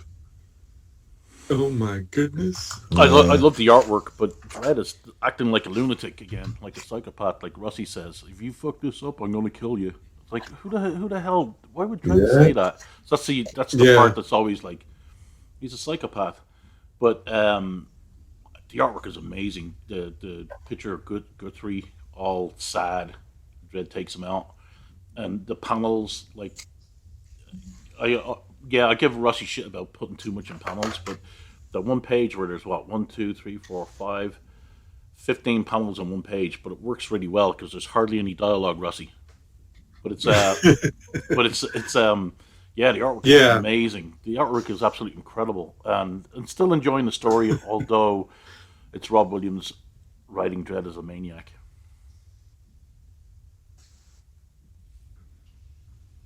Yeah, that's fair. I mean, they killed Guthrie in like one page, so it's kind of like, okay, all that character history, he's just like a thing that shows up and gets shot. Okay. We'll never know how he got infected, or will we? Don't know. Yeah. Yeah, to me, it's like, the story just loses the logic stuff where Dredd earlier in the previous prog managed to swim away from all the worms because he's seen horrible things, so he doesn't need it, and then he doesn't need the drugs because you know what, he's seen horrible things and he's Dredd, and then this time you get all the worms dropping down on them and he fires one incendiary. Well, why are all the worms on fire? Is there a load of flammable stuff in the air as well to make them all on fire? Because it has like a backdraft effect because it's rushing across the ceiling through the whole of the room. But yeah, I thought the death of Guthrie was like, hey? But the art is stunning, and the final big splash page, again, with the way he puts those 3 panels on it, is just brilliant. So, yeah. Nice art. Shame about the story for me. Yeah. For this one, I'm going along, everybody knows I really hate Rob Williams' most of his other stuff. So I was prepared to, I always try to say I try to reboot, but I'm like cautiously optimistic, starting each new one, and usually it's around part 3 or whatever that it's like, oh, here we go. With this one so far, it's good. I'm like, okay, and then the artwork is really, really good. So it's like, all right. Just little speed bumps here and there with the Dredd being a psychopath and Guthrie, but it's like, well, we know that's going to happen, but it's not as egregious as it has been or could be. So, okay, But by the same token, there's nothing really that spectacular about the story yet, even though there's some really great set pieces and spectacular like splash pages and things like that. There's nothing really about the story that I'm like, whoa, what happens next? It's just good, solid Dredd stuff so far. So that's pretty much the standard of the prog. It's good, solid Dredd stuff. Mm-hmm. Okay. God, where's the logo for this one? There isn't any. It's like on the color. No, it's on the color page. Is it? Oh yeah, just that it's so red. It's hidden in an explosion effect. Yeah. Because I thought the same thing you did, and I double checked it when I was reading it. Red Dragon Part 6, Rob Williams, Steve Yowell, and Patrick Goddard, Dylan Teague, and Simon Bolden. Martin wanders up the hills when he spots an old sheep botherer. Meanwhile, Tanya loads up the car when Morgan appears and says, I've 200 quid. Oh, yeah. She can film a big secret for these Welsh people, eh? And anyway, St. John and Red Dragon go fisticuffs with their powers, and eventually Shadwell tells him that the doc told him that the government want to sterilise the superheroes. But it's worse than that, Jim. As it seems that Payne wants the superheroes to breed like buggery and take over. Oh, and just as an addition, kill 90% of the life on Earth at the same time. Woohoo! The old guy that appears pointing. He reminds you of Donald Sutherland in Invasion of the Body Snatchers. His mouth open. Oh yeah. I don't care about the strip. I really don't. I mean, the art's nice. Goddard does a great job in the art. Yowell's some of the best Yowell work in a while. But yeah, I don't care.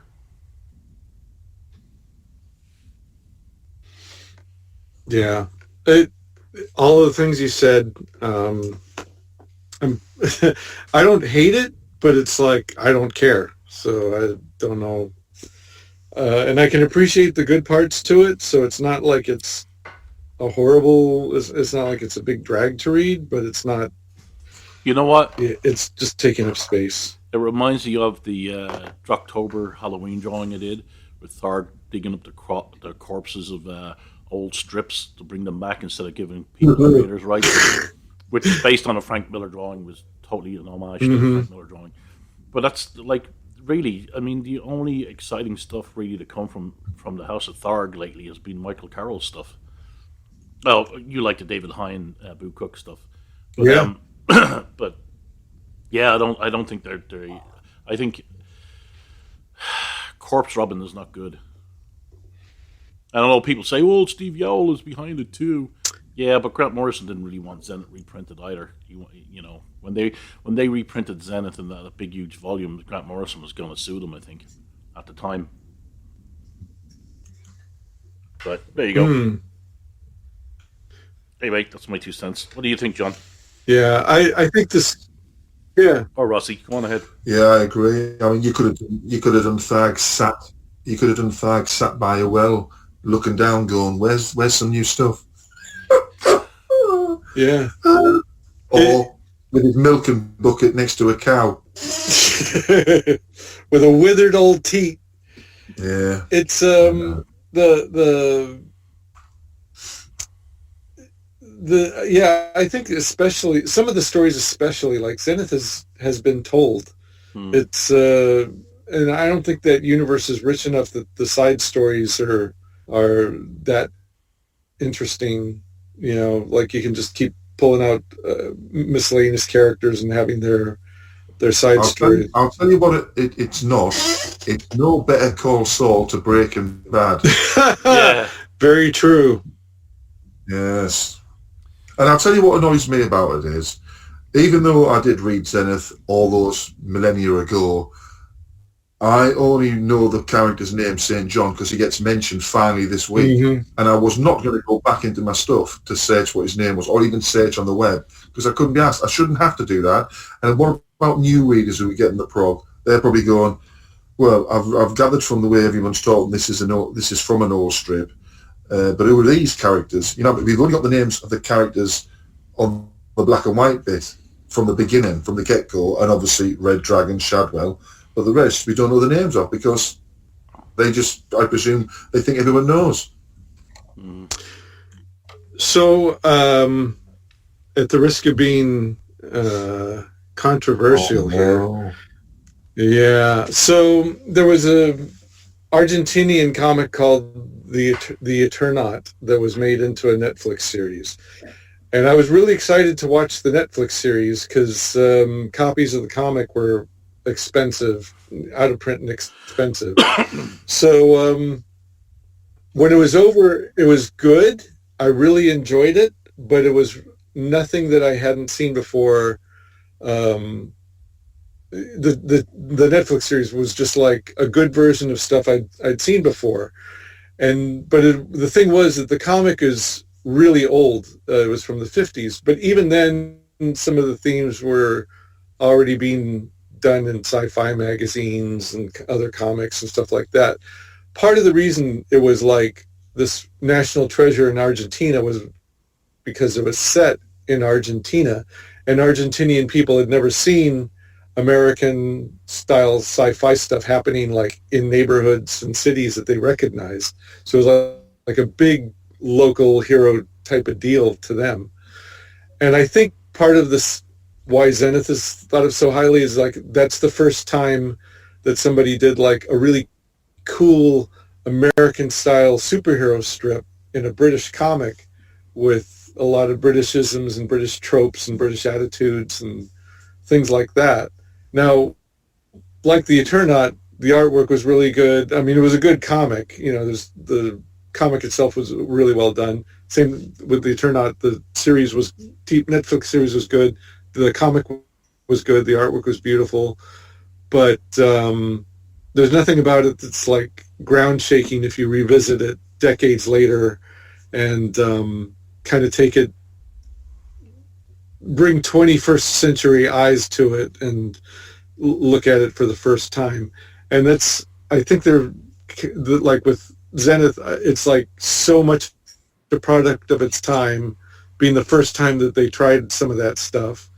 That if you look back at it, like the whole redone superheroes are assholes theme has been done better in The Boy. Well, I don't know about better, but it's like much more popular in The Boys.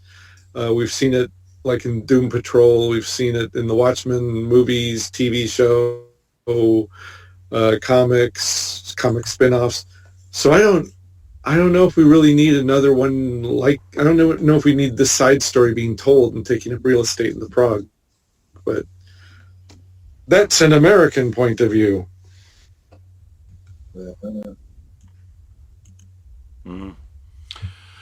Oh well.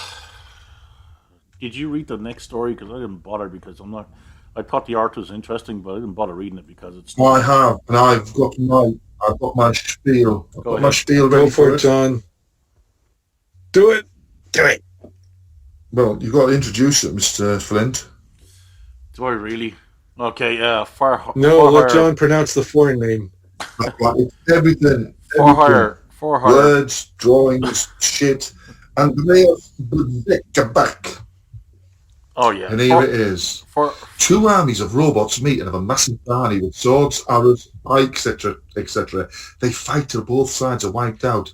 And that's when the robot of the title comes across them awarenesses. His robot head tied to his bike wonders what's happened, and he says that he's seen it before, and it's an old protocol that they decide to follow now and again, and then it drives off.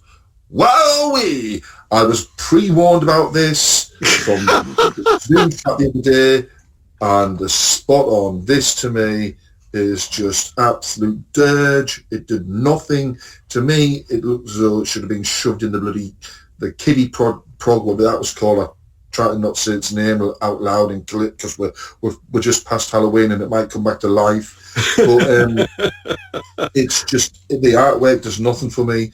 It's just boring. It's absolutely boring. Well, the fact that it's continued. So to me, this was the most heavy metal story ever.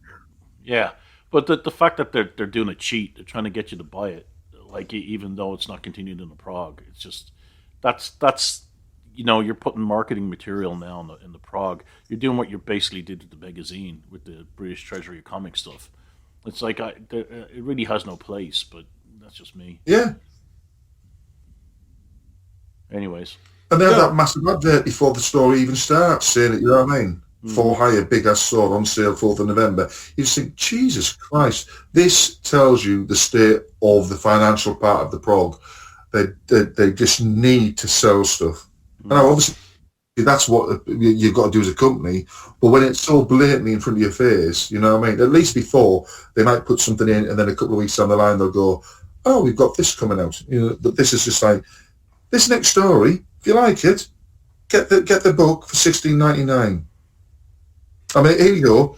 This stunning heavy metal-esque adventure marks an original graphic novel debut in the English-speaking market for Andreas Butzbach. Oh, hang on. Yeah, Butzbach. He does a weird Z. Andreas Butzbach. Let John pronounce the foreign words and he does not disappoint. You pronounce all foreign words in English. You know that country that started World War II? Yes. What do you call it? Deutschland! No. Don't you say that, Rossy. What do you call it? Germany. That's right. And why we call it Germany? Because us English have decided that's what you're going to call it. Well, hell yeah. So to me, this is the most heavy metal style story ever because, it's the worst of a couple of things. It's the worst of heavy metal where you've got the story and you go on for like 3 pages with poetic language and this kind of pretentious way of telling a forever war that ultimately leads to nothing. And then because it's like heavy metal, the protagonist shows up, the titular protagonist shows up, comments on it, and rides off. So if this was supposed to be marketing material, other than to show the artist's artwork off, which kind of looks like a Temu version of Mike Mignola, other than to show off the artwork, you've told me that the main character doesn't really matter, which kind of could be like a wah-wah meta commentary, but I'm really tired of wah-wah meta commentaries, especially coming out of the prog. Also, it feels like this is the kind of thing you write on a cocktail napkin and make your friends laugh at a fast food restaurant. Well, maybe you don't use a cocktail. You're sitting in a restaurant with your buddies, and if you're an artist, you do this sketch, and then you come up with an outrageous name like Big Ass Sword. Why is he called Big Ass Sword? He's got a big ass sword. And then he's got this little comedy sidekick, which is a skull, because it's cool, and who talks snarky to him. which is completely unlike QT or the cigar from Rogue Trooper, or just all the other little Robo Hunter comedy sidekick things that talk snarky. Robo Hunter, yeah, which talk all the other comedy sidekick things that talk funny to the main character, so they'll have somebody to talk to and make commentary and move the plot along. It's just so. And the other question is, who is it for? Because 60-year-old guys have seen this kind of thing how many times? And kids are going to see this and go right back to Chainsaw Man and Naruto and One Piece and whatever it is they're into. Because this was not. If you're trying to sell the main character, have the main character do something.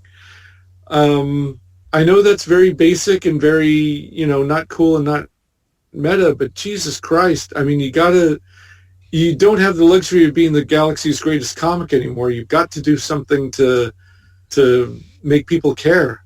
So, right now the character looks like a bargain basement version of Shakara to me. Mm. So, okay, do something, change my mind. It's changeable.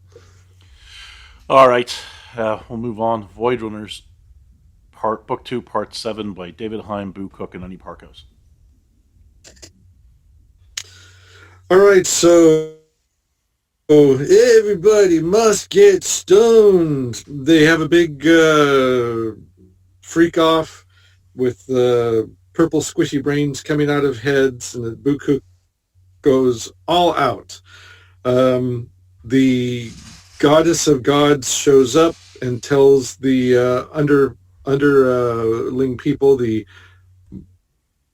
Manjukants, that they've been lied to by their book, zaps the book, tells them, you are my chosen ones, you're the good people, you are free.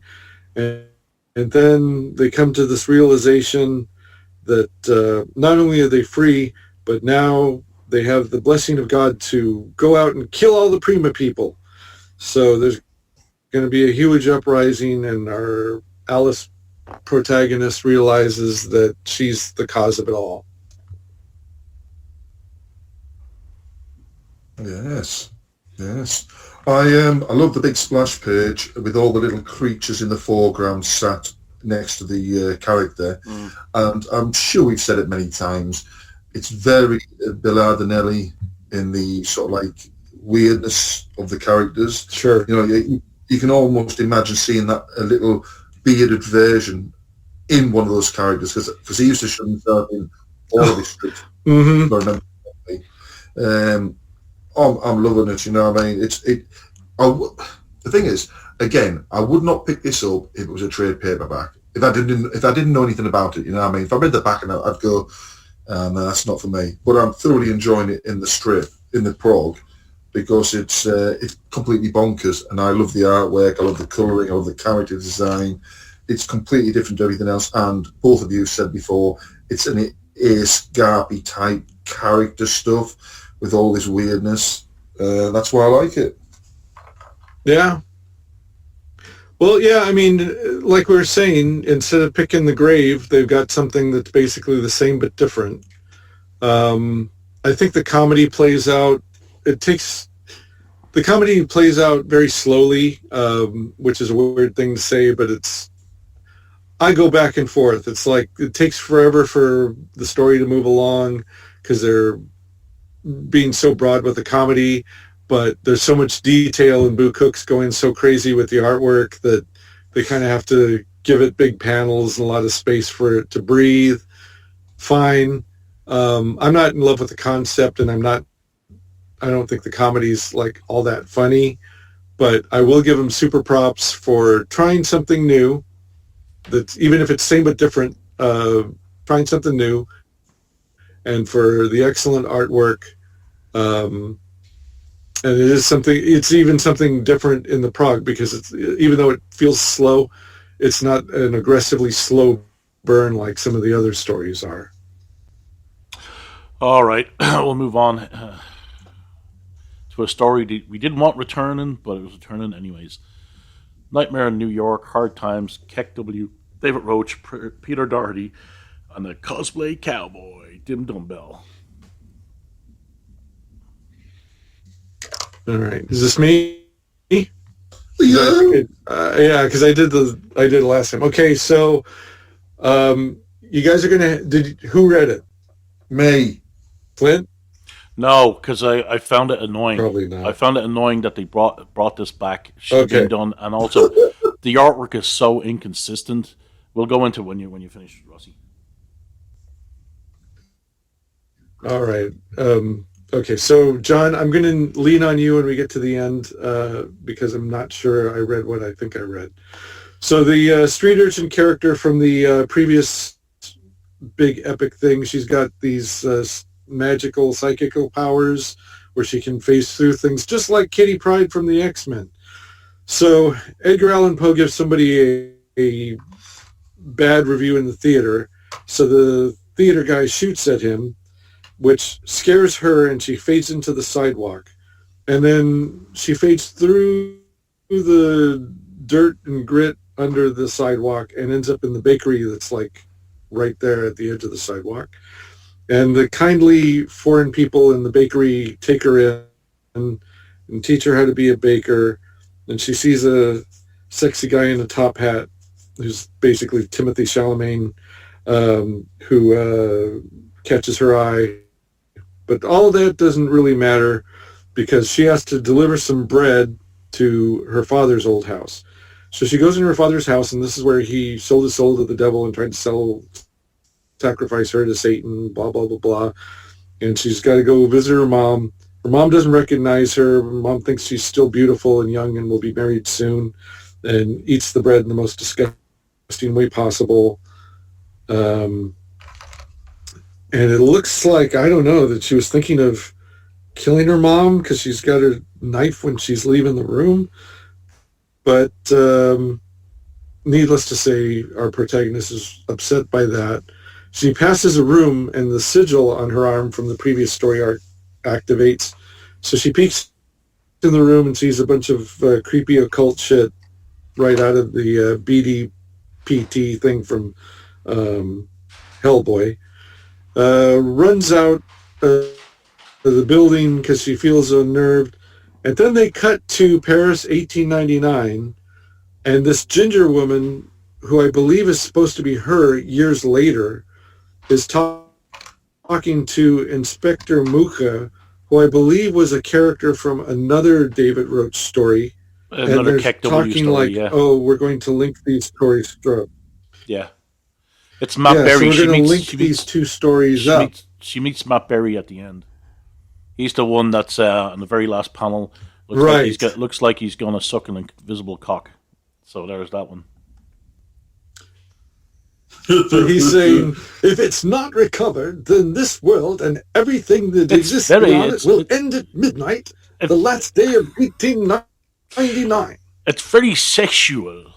My problem with this is that there was no reason for it to return. There was no reason for it to tie it into a previous story. And the artwork is really... I like David Roach in general, but the artwork, he relies heavily on photo references, and it's very inconsistent. When she goes in to see her mother on the one page, every face is completely different. And then you have the whole Matt Berry thing at the end. It's like, yeah, and that's even inconsistent too to the picture above it. Because at the very last panel, you see he's got a lot more hair on his beard, and then the top panel just looks like scruff. The panel above it, it's very inconsistent. I mean, I in general I do like his artwork, but I think it was too. Hey, Flint. What? Flint, you're talking about the hair. Look at the hair on the left panel of the bottom page. He has no facial hair down that bit. It's very A inconsistent. tiny bit. Oh, Yeah. The artwork is it really, goes from really like 5 o'clock shadow to full beard. Yeah, to nothing to full beard. And the fact that you're relying so much here's on...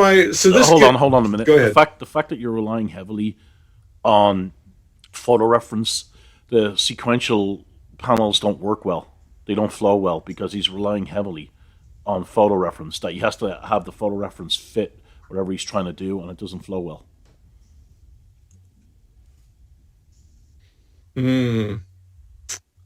Well, you know, unlike artists tracing photos, AI is theft. So here's my thing.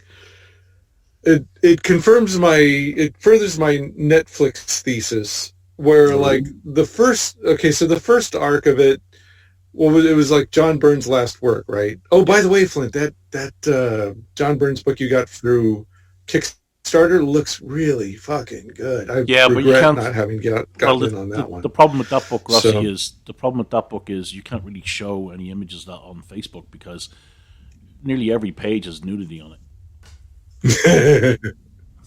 Woohoo! Even more reason to get it. So anyway, so you want to see John Byrne's last artwork, and you get a good artist like David Roach to finish it and all that. Their two styles worked well together, I thought. And parts of it were pretty good, and it was a very KW kind of like a whole dump of ideas. I'm waiting for Armageddon to show up. May not work, but it's a very it's a very 2000 AD type thing where it's just like a bunch of crazy ideas that sometimes go somewhere, sometimes they don't. But it felt like it was moving fast until it almost overstayed its welcome, but kind of didn't. And it ended.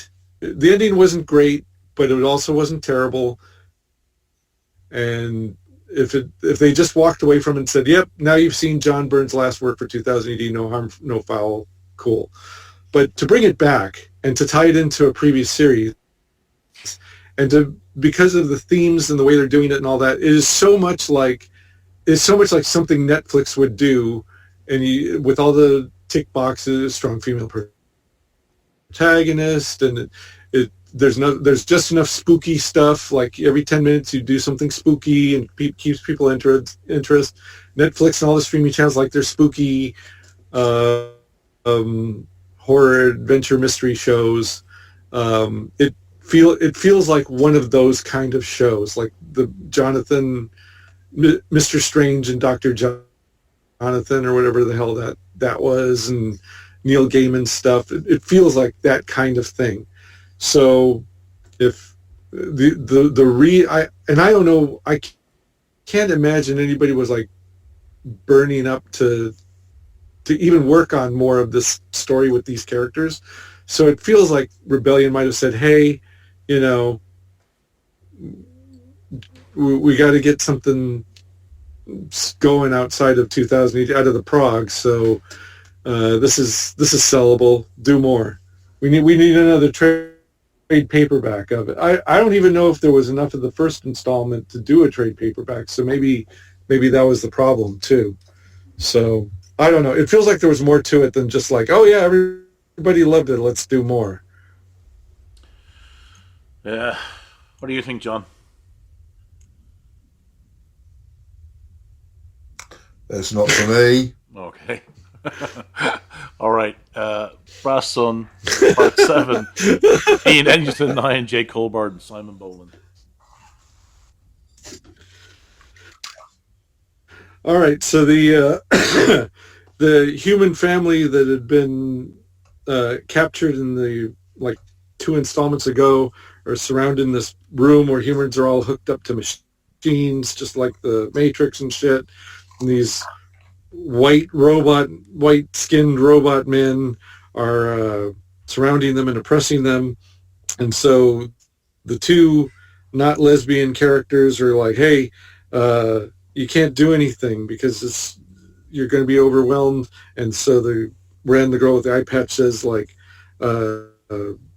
inaction is still action, and that's a contradiction, but we're going to fight back even if it's futile, and anything else is cowardice. So she takes a big stick and captures the attention of the robot men and confronts them. This image here I'm looking at, where it's her back and she's facing down a big overwhelming robot man, that is like every fucking YA cover from about 5 years ago, where it'd be like back of teenage girl looking at apocalyptic scene or overwhelming odds or whatever. So that's who this is for.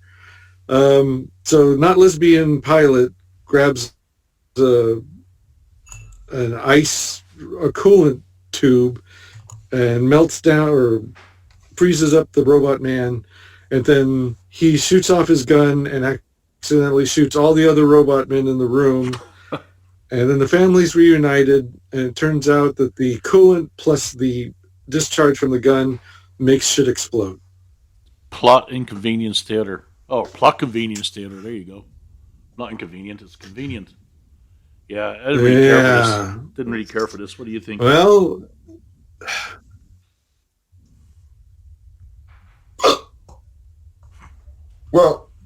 I've got to say, I did like the art. It reminded me too much, though, of like some of the stuff like tech from what was the film called? Fifth Element, with the guards, the helmets and stuff. I don't know why. Not quite the same, but that's what I'm getting. And then you have that weird bit where she blasts the guard in front of with the coolant, and amazingly, he turns around as his face starts to rot and shoots his other 4 comrades. Nobody else, just them. So that was pretty exciting. And then the end, they have a little conflab about the coolant and it might ignite, and it does ignite. And I'm just like, well, it was, you could class it as an action-packed part of the story, but to me it was an irrelevance because it didn't really work for me, the way that happened. Like you say, plot convenience stuff, so not doing it for me there. Yep. So the image of the back of the young woman facing down the robot. So this is what they do in YA fiction. So that's how I know what this is going to be for and aimed at.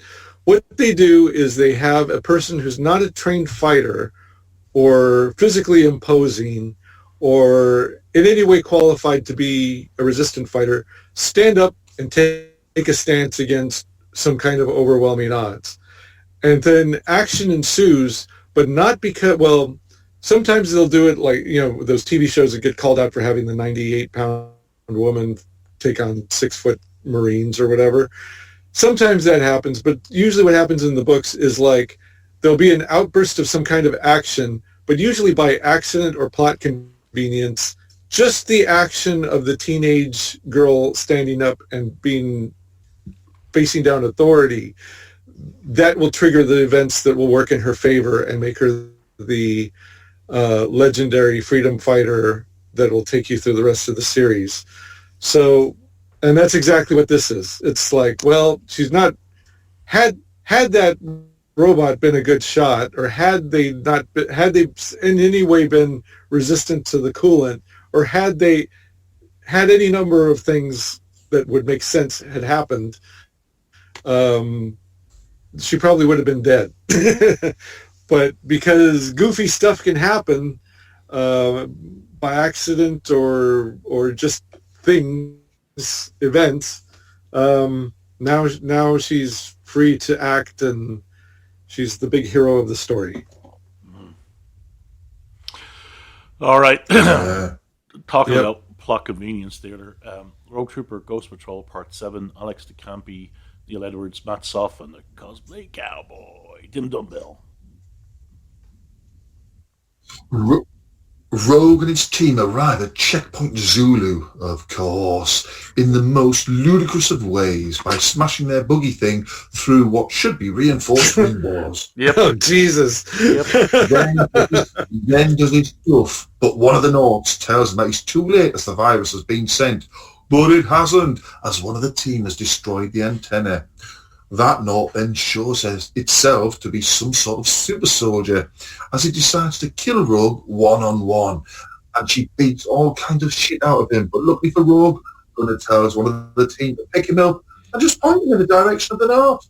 Gunnar then blows a hole through her head, and they know that there are more of these, so they must contact FOB Azure. This Now, is I'm sure that's supposed to be forward operating base. yeah. Yeah, but who knows? This is so bad. I mean, John, remember we talked about John Cleese as being Sir Lancelot in the Holy Grail, where he goes running up to the guards. That's exactly what this is. On page one, look God, how near, look how near the jeep is to the building, and then in the panel below it, the bottom left hand panel on page one, I it know. looks far away, and then all of a sudden, boom. I mean, and I said the same thing to myself. How easy is Rogue able to break through there and break into the building? They should all be reinforced, especially the windows. And then Gunnar tells me just point me in the direction. And shit. Yeah. Yeah, and then Gunnar says point me in the direction. I'll take him out. Like for a headshot, well, he's got magical bullets that are able to bend around the areas and get the right shot in. It's so bad, and I can't believe it's part 7. But then, and then on that reference, that bit when the sort of like super soldier's fighting Rogue, and she's whacked him in the chest. Now it made me laugh that right because I'm just checking yet. So previously he hasn't got his knife, but in that quick movement of there being on fire and jumping out, he suddenly got his knife out and he doesn't get a stab on her, and she just keeps punching the shit out of him, doing all that, kicking him and all that, and then he does the thing that you normally see on terrible shows where I'm half dead, but yeah, I've just got her in the right position that I wanted her. You think, oh my God. He does slash her with the knife. Yep. But he doesn't stab her. He just slashes her across the chest a bit. Does he? Yeah, in the top right hand panel you can see the kind of little thing come off the chest. But it's not good. It's not like she's a robot or something. She's an animal. But there's nothing. But there's no damage. There's no like ripping it or anything like that. No, there's no rip, but you do see a mark. The final page. In the middle panel, you do see a kind of burn mark on her chest, but it's not enough. I mean, the artwork is nice, but the story sucks. Yeah. The idiot logic. Oh yeah, I've got to say the artwork's really nice. Certain panels, certain panels really jump out, but the story is just ludicrous. Yeah. What do you think, Rossy? Yep. So I wasn't even sure what I was reading because I was going to go back and reread the previous one. I was kind of stuck on, her faceplate's shattered and she's still like talking, but it's like, she's an android. I actually don't even remember where this story was. Isn't it being like, are they going back to this base or something? I will say, okay, so for this installment, for this 5-page installment, to be a nice guy, I do like the artwork, and props to Alex DeCampi for being the action story in what used to be an action-packed comic book, but it doesn't make any sense, and it doesn't feel like somebody who's got a lot of background knowledge of New Earth or the Rogue Trooper, or like somebody barely read the Wikipedia page and tried to write a Rogue Trooper story based on that. Well, at least she punched his goggles off him in that middle panel on the penultimate page. Right. But weirdly, on that same panel, the character goes, "Can't get a clear shot." What do you mean? Rogue's not in the way. Rogue's behind. You have a clear shot. Yep. Oh well. So, I mean, it's not exciting. So, I mean, it's action, but it's not exciting. Does that make sense? Yeah. Mm-hmm. Yes. All right. So, what was your favorite story? Although, John, do you want to talk about the Jock book or? Well, I was just about to do a joke and say, well, the best one for me was the Art of Jock book advert. And the worst one was the Intergalactic Mayhem advert for Full Tilt Bogey. I did laugh when it says on the reviews, the women write about comics. They say a sprawling science fiction adventure across the cosmos. That doesn't say if it's good or bad. No, it does not. Exactly. It's strictly out of the description. in recent times, I would highly recommend everyone to buy the Jock book. It is fantastic inside, well laid out, stuff we haven't seen before. It's brilliant and such a good price. 40 quid for the basic, 50 I think it is for the, well, it'll be like 55 for the other one because you have to pay for postage from Rebellion to get the slipcase one. But 40 quid for that book is brilliant. So like I said before, I give credit where it's due, and there's a massive spiel by Muncher at the beginning, going on for like 20 odd pages, which I haven't read yet because I haven't had a chance to read any of my stuff. So because I have to do these, and I actually read the Judge Dredd mega special. Sorry, the Judge Death mega special, in case we're reviewing that today. So I've been very busy, but story wise, I have to stick with my Void Runners. I think it's completely bonkers. The art's fantastic, but I do like the art in many of the other strips. It's just that I like everything about the Void Runners at the moment, and I'm enjoying the story. But weirdly, and I'll normally pick up the prog and read the story that I like the most. At this very moment in time, I'm reading two specific stories just to annoy myself. So I read the Rogue Trooper story first, then I go to the Dread just to put myself in a foul mood, and then I relax by reading Void Runners. Wow, you have to. That's pacing yourself, bro. What's your favorite, Rossy? Holy smoke!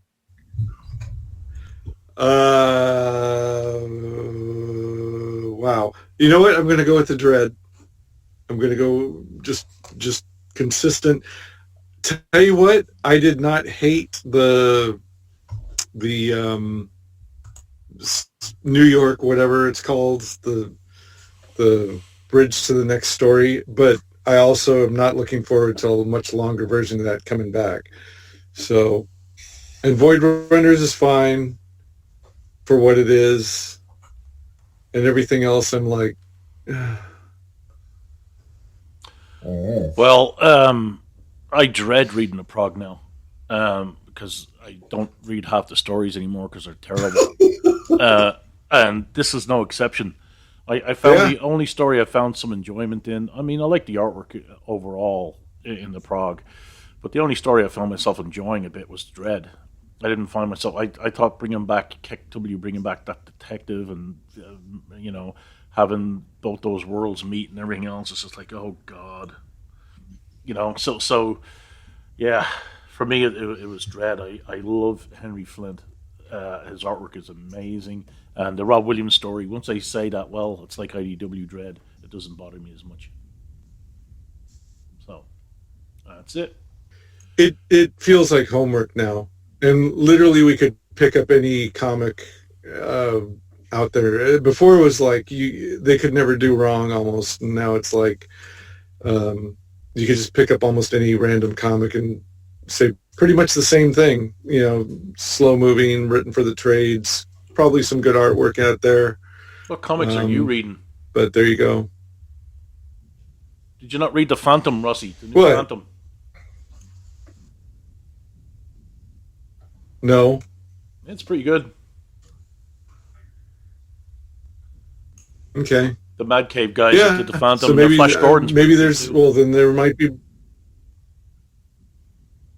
Yeah, it's not bad for something that's pushing 100 years old. So there are some good comic books out there, just that they're not. All right. There's not that many of them. Yeah, and it just feels like the time and effort it takes to find them, and then the expense.